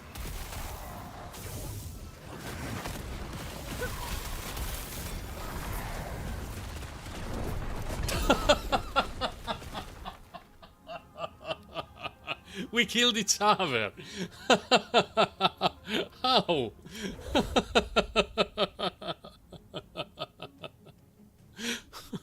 I was inside the profane veil. Oh, maybe the profane veil expired, and the instant it expired, I got one shot. Not that. Thank God I did the boss before the mage dude. Oh no. Fine, we're here for that mainly.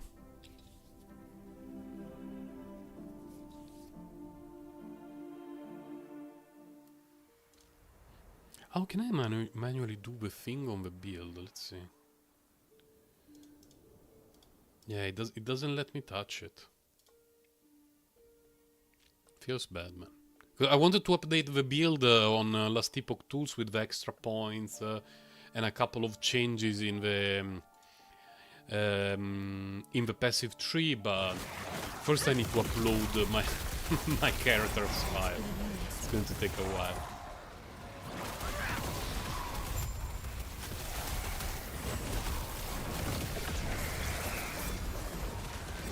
Sparks?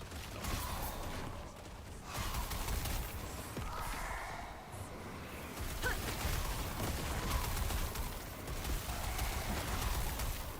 Sylvia asked it. Okay. Your death has come.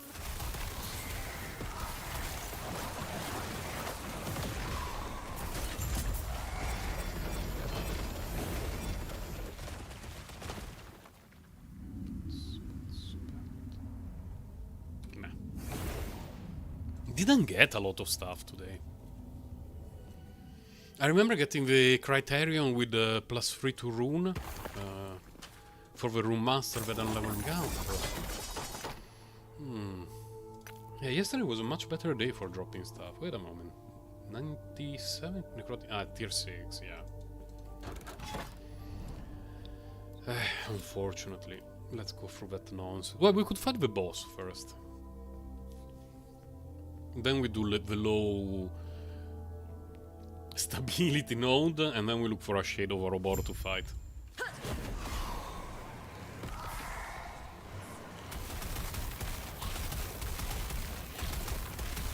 like the damage is very bad. Why are you fighting for these beasts? No matter. Tonic Fisher deals a ton of damage. But Ghost Flame not as much. Death surrounds you.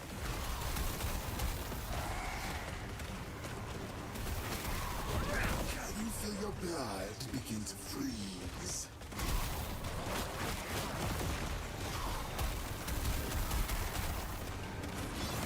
Will make an exceptional servant. Your interference ends now. Where is my ward? Excuse me? Let's generate word for a minute, shall we?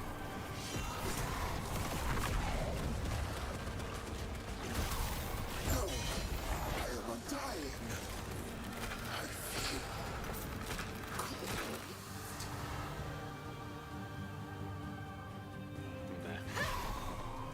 Talk with the cow.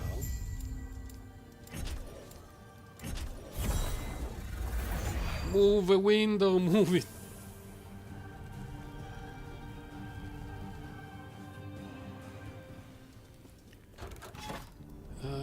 Now we need to find a shade.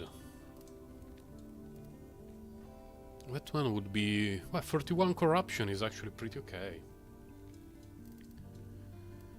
But I think it should be very, very close. Let's just go this way.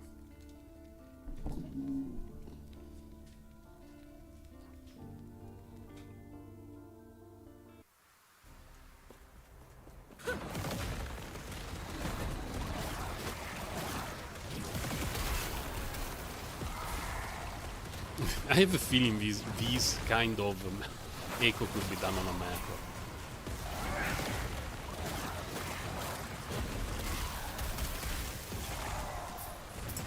I'm not looking at what's on the screen. It's spin in a circle. Every few seconds, refresh this. Do this. Spin in a circle. Wandering spirits on cooldown. Refresh this. Spin in a circle. Throw a few of these. Refresh. Spin in a circle. Do this. It's really dull. Oh no, refresh the spirit.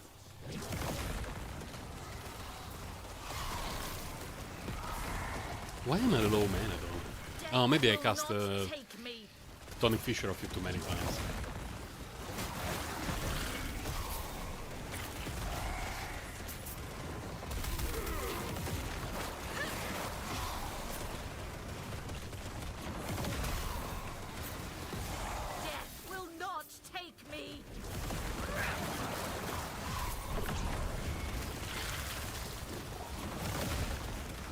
Are we done?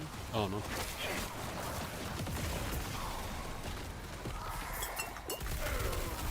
Your death has come. Keys stay on the ground. I absolutely hate the dungeons. I only do Jalra because I have to craft stuff. Nah. I don't think I will ever build an acid flask road. Road? An acid flask rogue. Yeah, 100, and that thing. Okay. Would be slightly concerned about fighting a giga buffed Shade of Ouroboros, but let's see.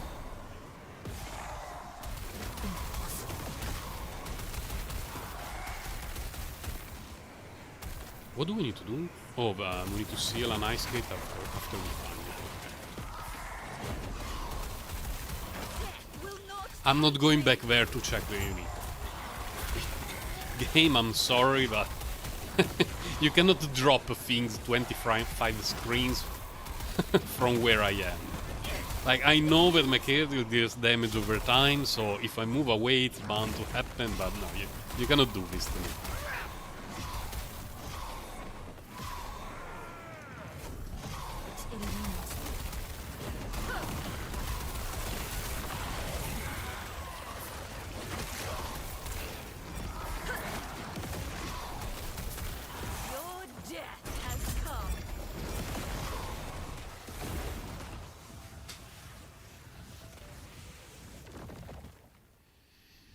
Rings are very difficult to check because I crafted a ring that is so good that I actually used the rune that duplicates it.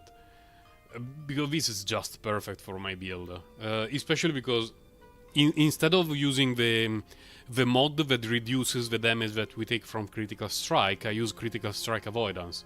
And I think I'm at 102? 108. A bit above the cap, but better above the cap than below the cap. So I'm pretty sure there is not going to be, oh, juicy, a way for me to like drop a ring and be like, oh yeah, that ring would fit my build very well. Like, I don't see it happening.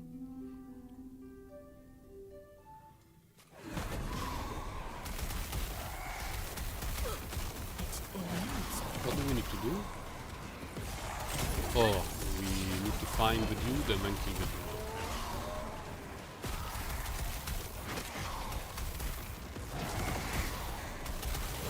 No, no, the spirit. Well, we found him.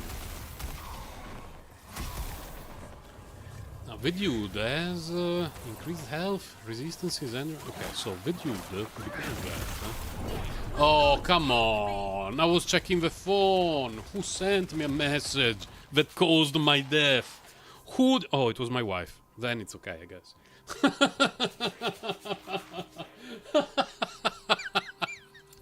I cannot blame... I mean, I will blame her later.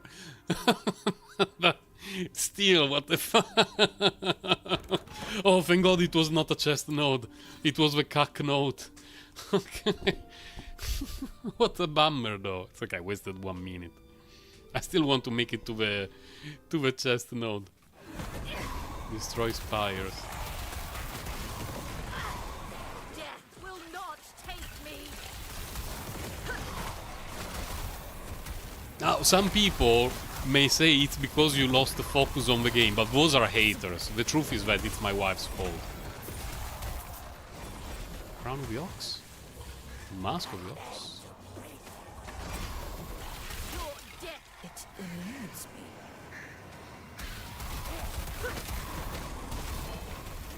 Catalyst.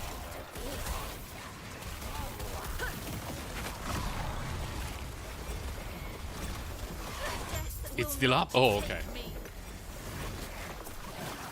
I refuse to believe that a spire or whatever can survive a duration of chronic fissure. No, no, no, no, no.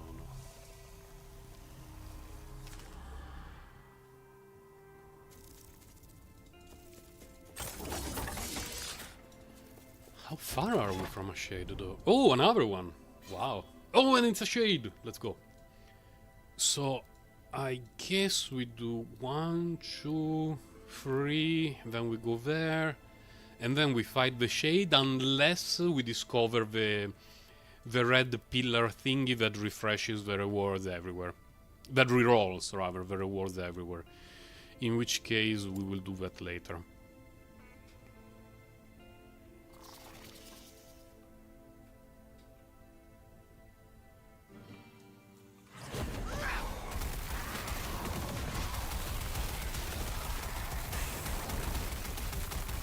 Worthless. No, not the full inventory right now. What do we need to do? Oh, find the dude, kill the dude. Okay.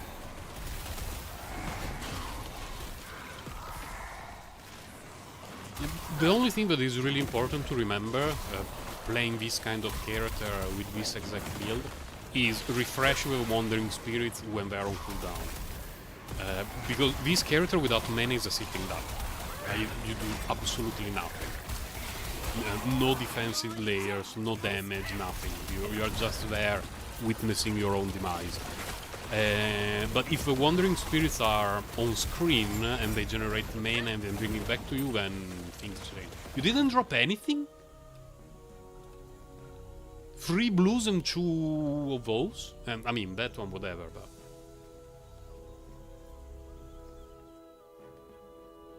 Got bamboozled pretty hard by that damage.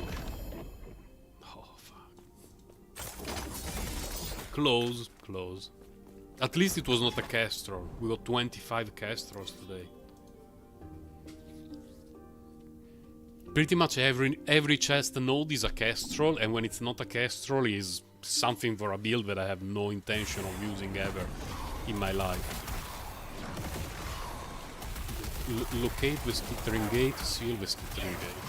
I don't even know what skittering means, but is it English? I don't know. At least we found it. It must mean something, but I have no clue what it is. Oh, forgot to refresh the gate.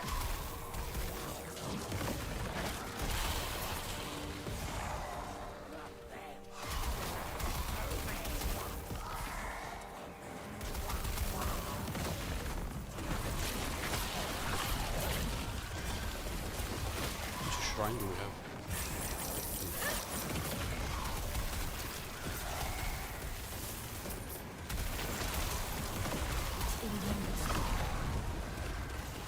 Are we done? Okay.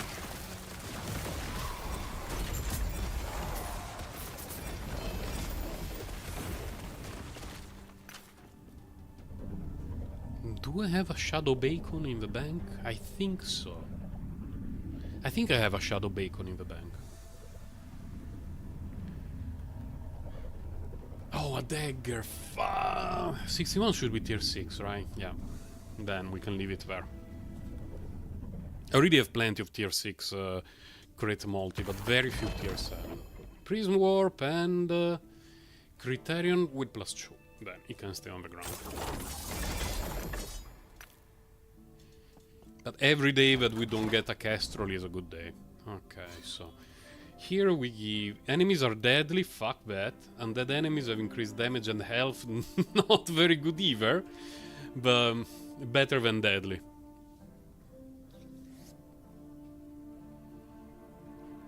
I died a couple of times on stream today and most of it, apart from when my wife called me, well, sent a message rather, it was due to deadly enemies and me not reading that we had the model for the map. Minion health, dodge rating. Now, I'm sure there is a lot of acolytes out there who are using an Abominion build or whatever, who are like, oh my god, this is the greatest piece. It stays on the ground. It's no, not something I'm very interested in playing. And this is Circle of Fortune, for people who don't know, so it's not like I can sell it to some gold farmer.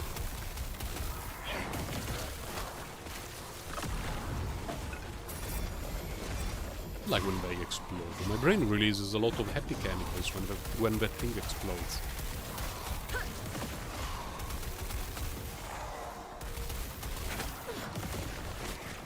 Are you too far, Tonic Fisher? You're a bit too far. My fault. My bad. That should be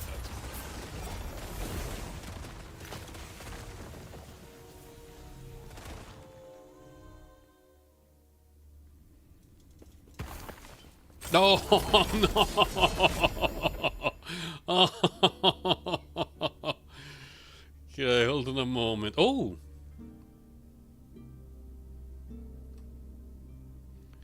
The 6 intelligence. That's actually very good. Nice. That's whatever. Oh, Jesus.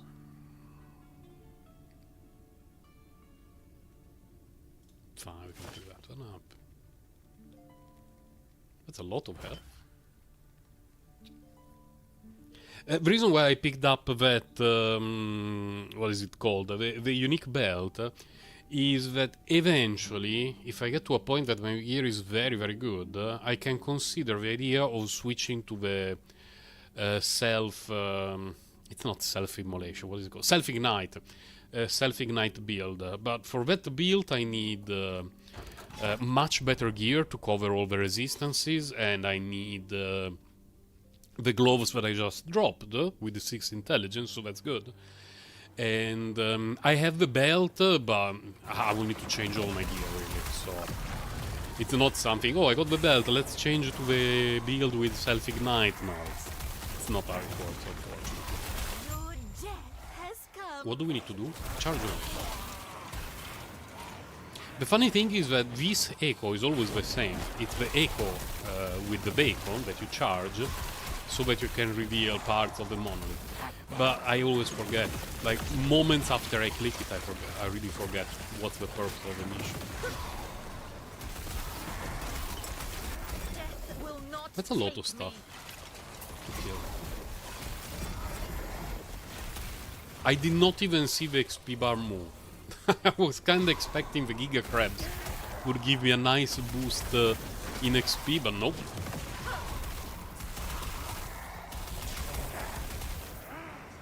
Let's just go to the bacon, I guess.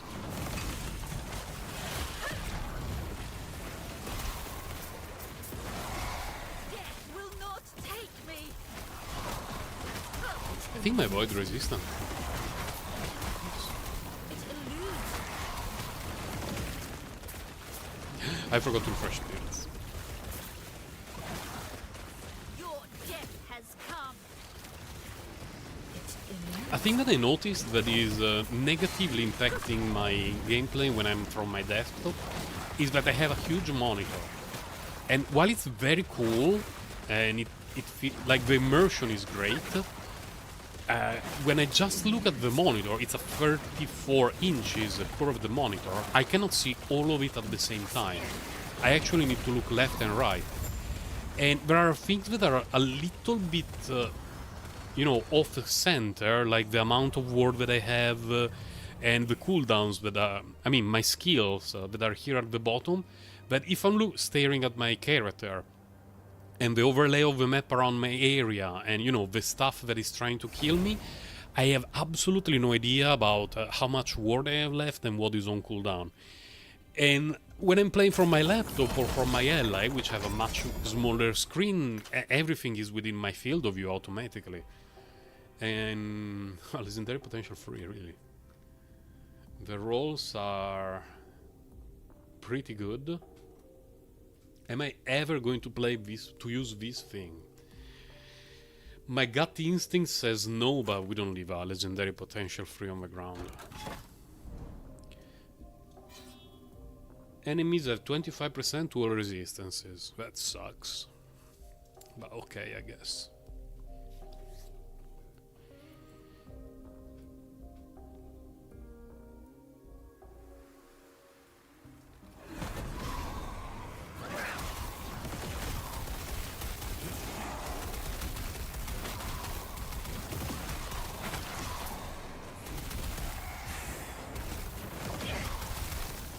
Find the captain and then slay the captain. But we also want to kill a bit of stuff here.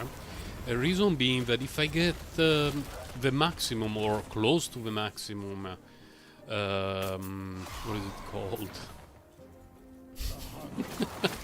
The game mechanic to fight the boss, the one that I always forget the name.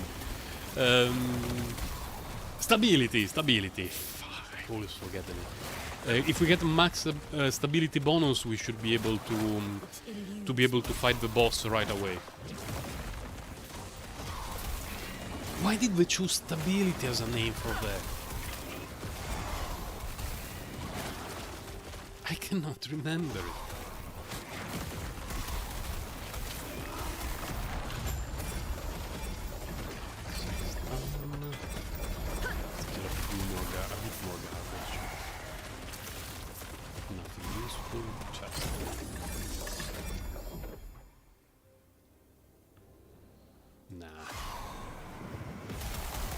Because as we are now, I'm 100% sure it's not enough stability. Let's kill a bunch more things.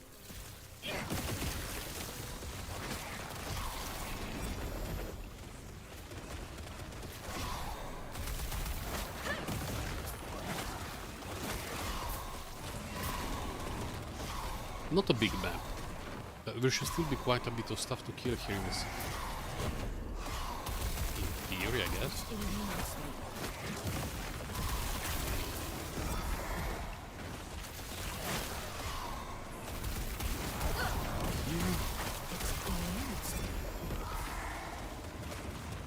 I want to believe this is enough.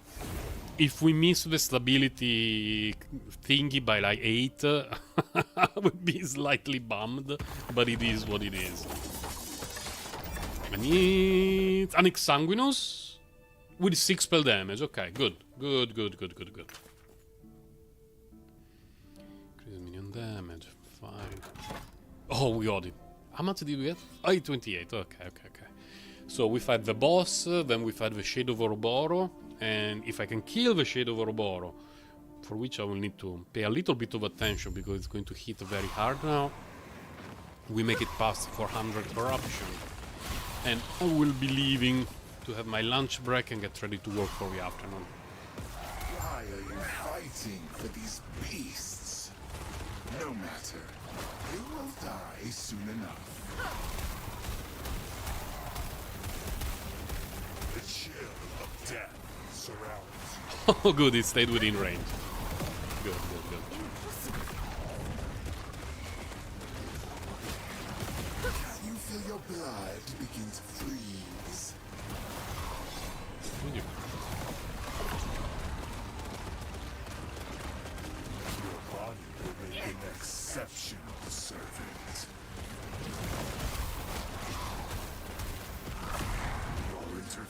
This ends now. No, I am undying. I feel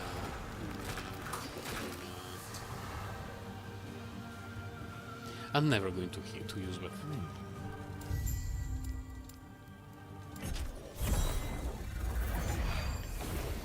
Okay, now let's hope the Shade of Ouroboros doesn't kick my ass. Because earlier I almost died from a Shade.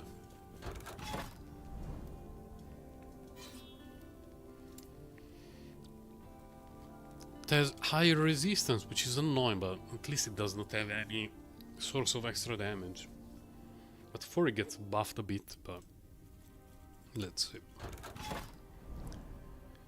Couple of seconds. Spirits. an eternity of pain. Changing.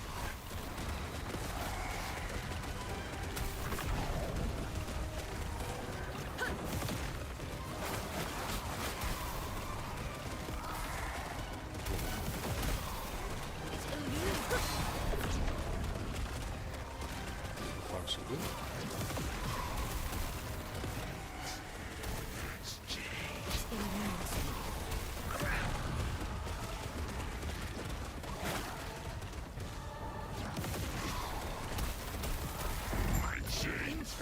GG. Yeah, this kind of a shade gets heavily countered by this build. Oh, low leech rate.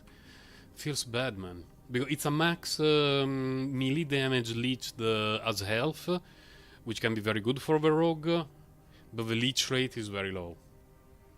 Maximal elemental resistance, so I mean, I will pick it up. You'll never know, but still, it doesn't look amazing. What are we? 410 corruption, something like that. 405? 405, exactly 405. Let's celebrate by doing one run, just one monolith, and then I will be gone for the day.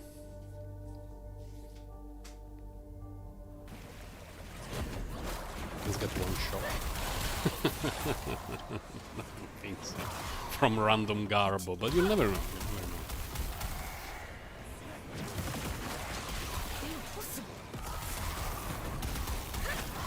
Death will not take me.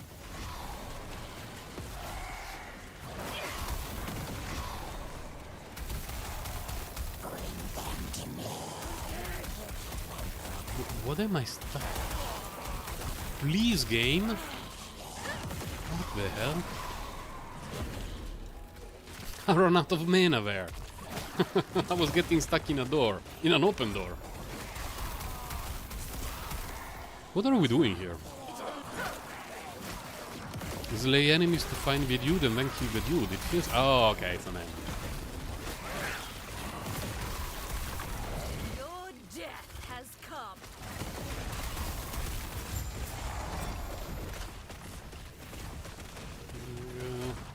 Crown. Anything interesting here? Not really.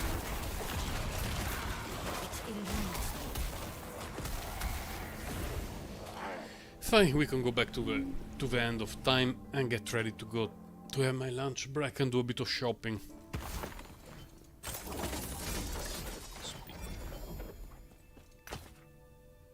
That one is S. 24, is it tier 6 or 7? 24 is tier 6, then it can stay on the ground. Yeah, later today I will be doing a bit more grinding. Hopefully I will make it to 500 later today, before it's bedtime. I kinda like to make it to 1000, to try to make it to 1000 before the end of... not really before the end of the week, because it's already Friday. Let's say sometimes next week to make it to as close as I can to 1000. Because when I'm paying attention, it still feels very easy. But I have no clue what the cap is going to be for a character like this one. Let's see. I don't believe that I can get any more... Maybe there is some node here that reduce damage taken? Yeah, but this one also leech health, which is a little bit annoying because If our health goes up, we deal less damage, so it's not particularly amazing. But at the same time, it's pretty neat that we take less damage. No, those are not an option. Yeah, I don't think this one I can change it much. And here all the support nodes I already got them. Things that make the spirit go out rather, faster. There is spirit duration, which is nice. It's nice, but it's also bad. Because when the spirits are alive and they hit an enemy, they generate mana back to us. But also when they expire, they give mana back to us. So if they last longer, it's like a spirit that is not hitting anyone is actually worse off with lingering souls. Movement speed can be useful if I could get a couple of extra points, but I feel like there is not a lot of room for playing around with these.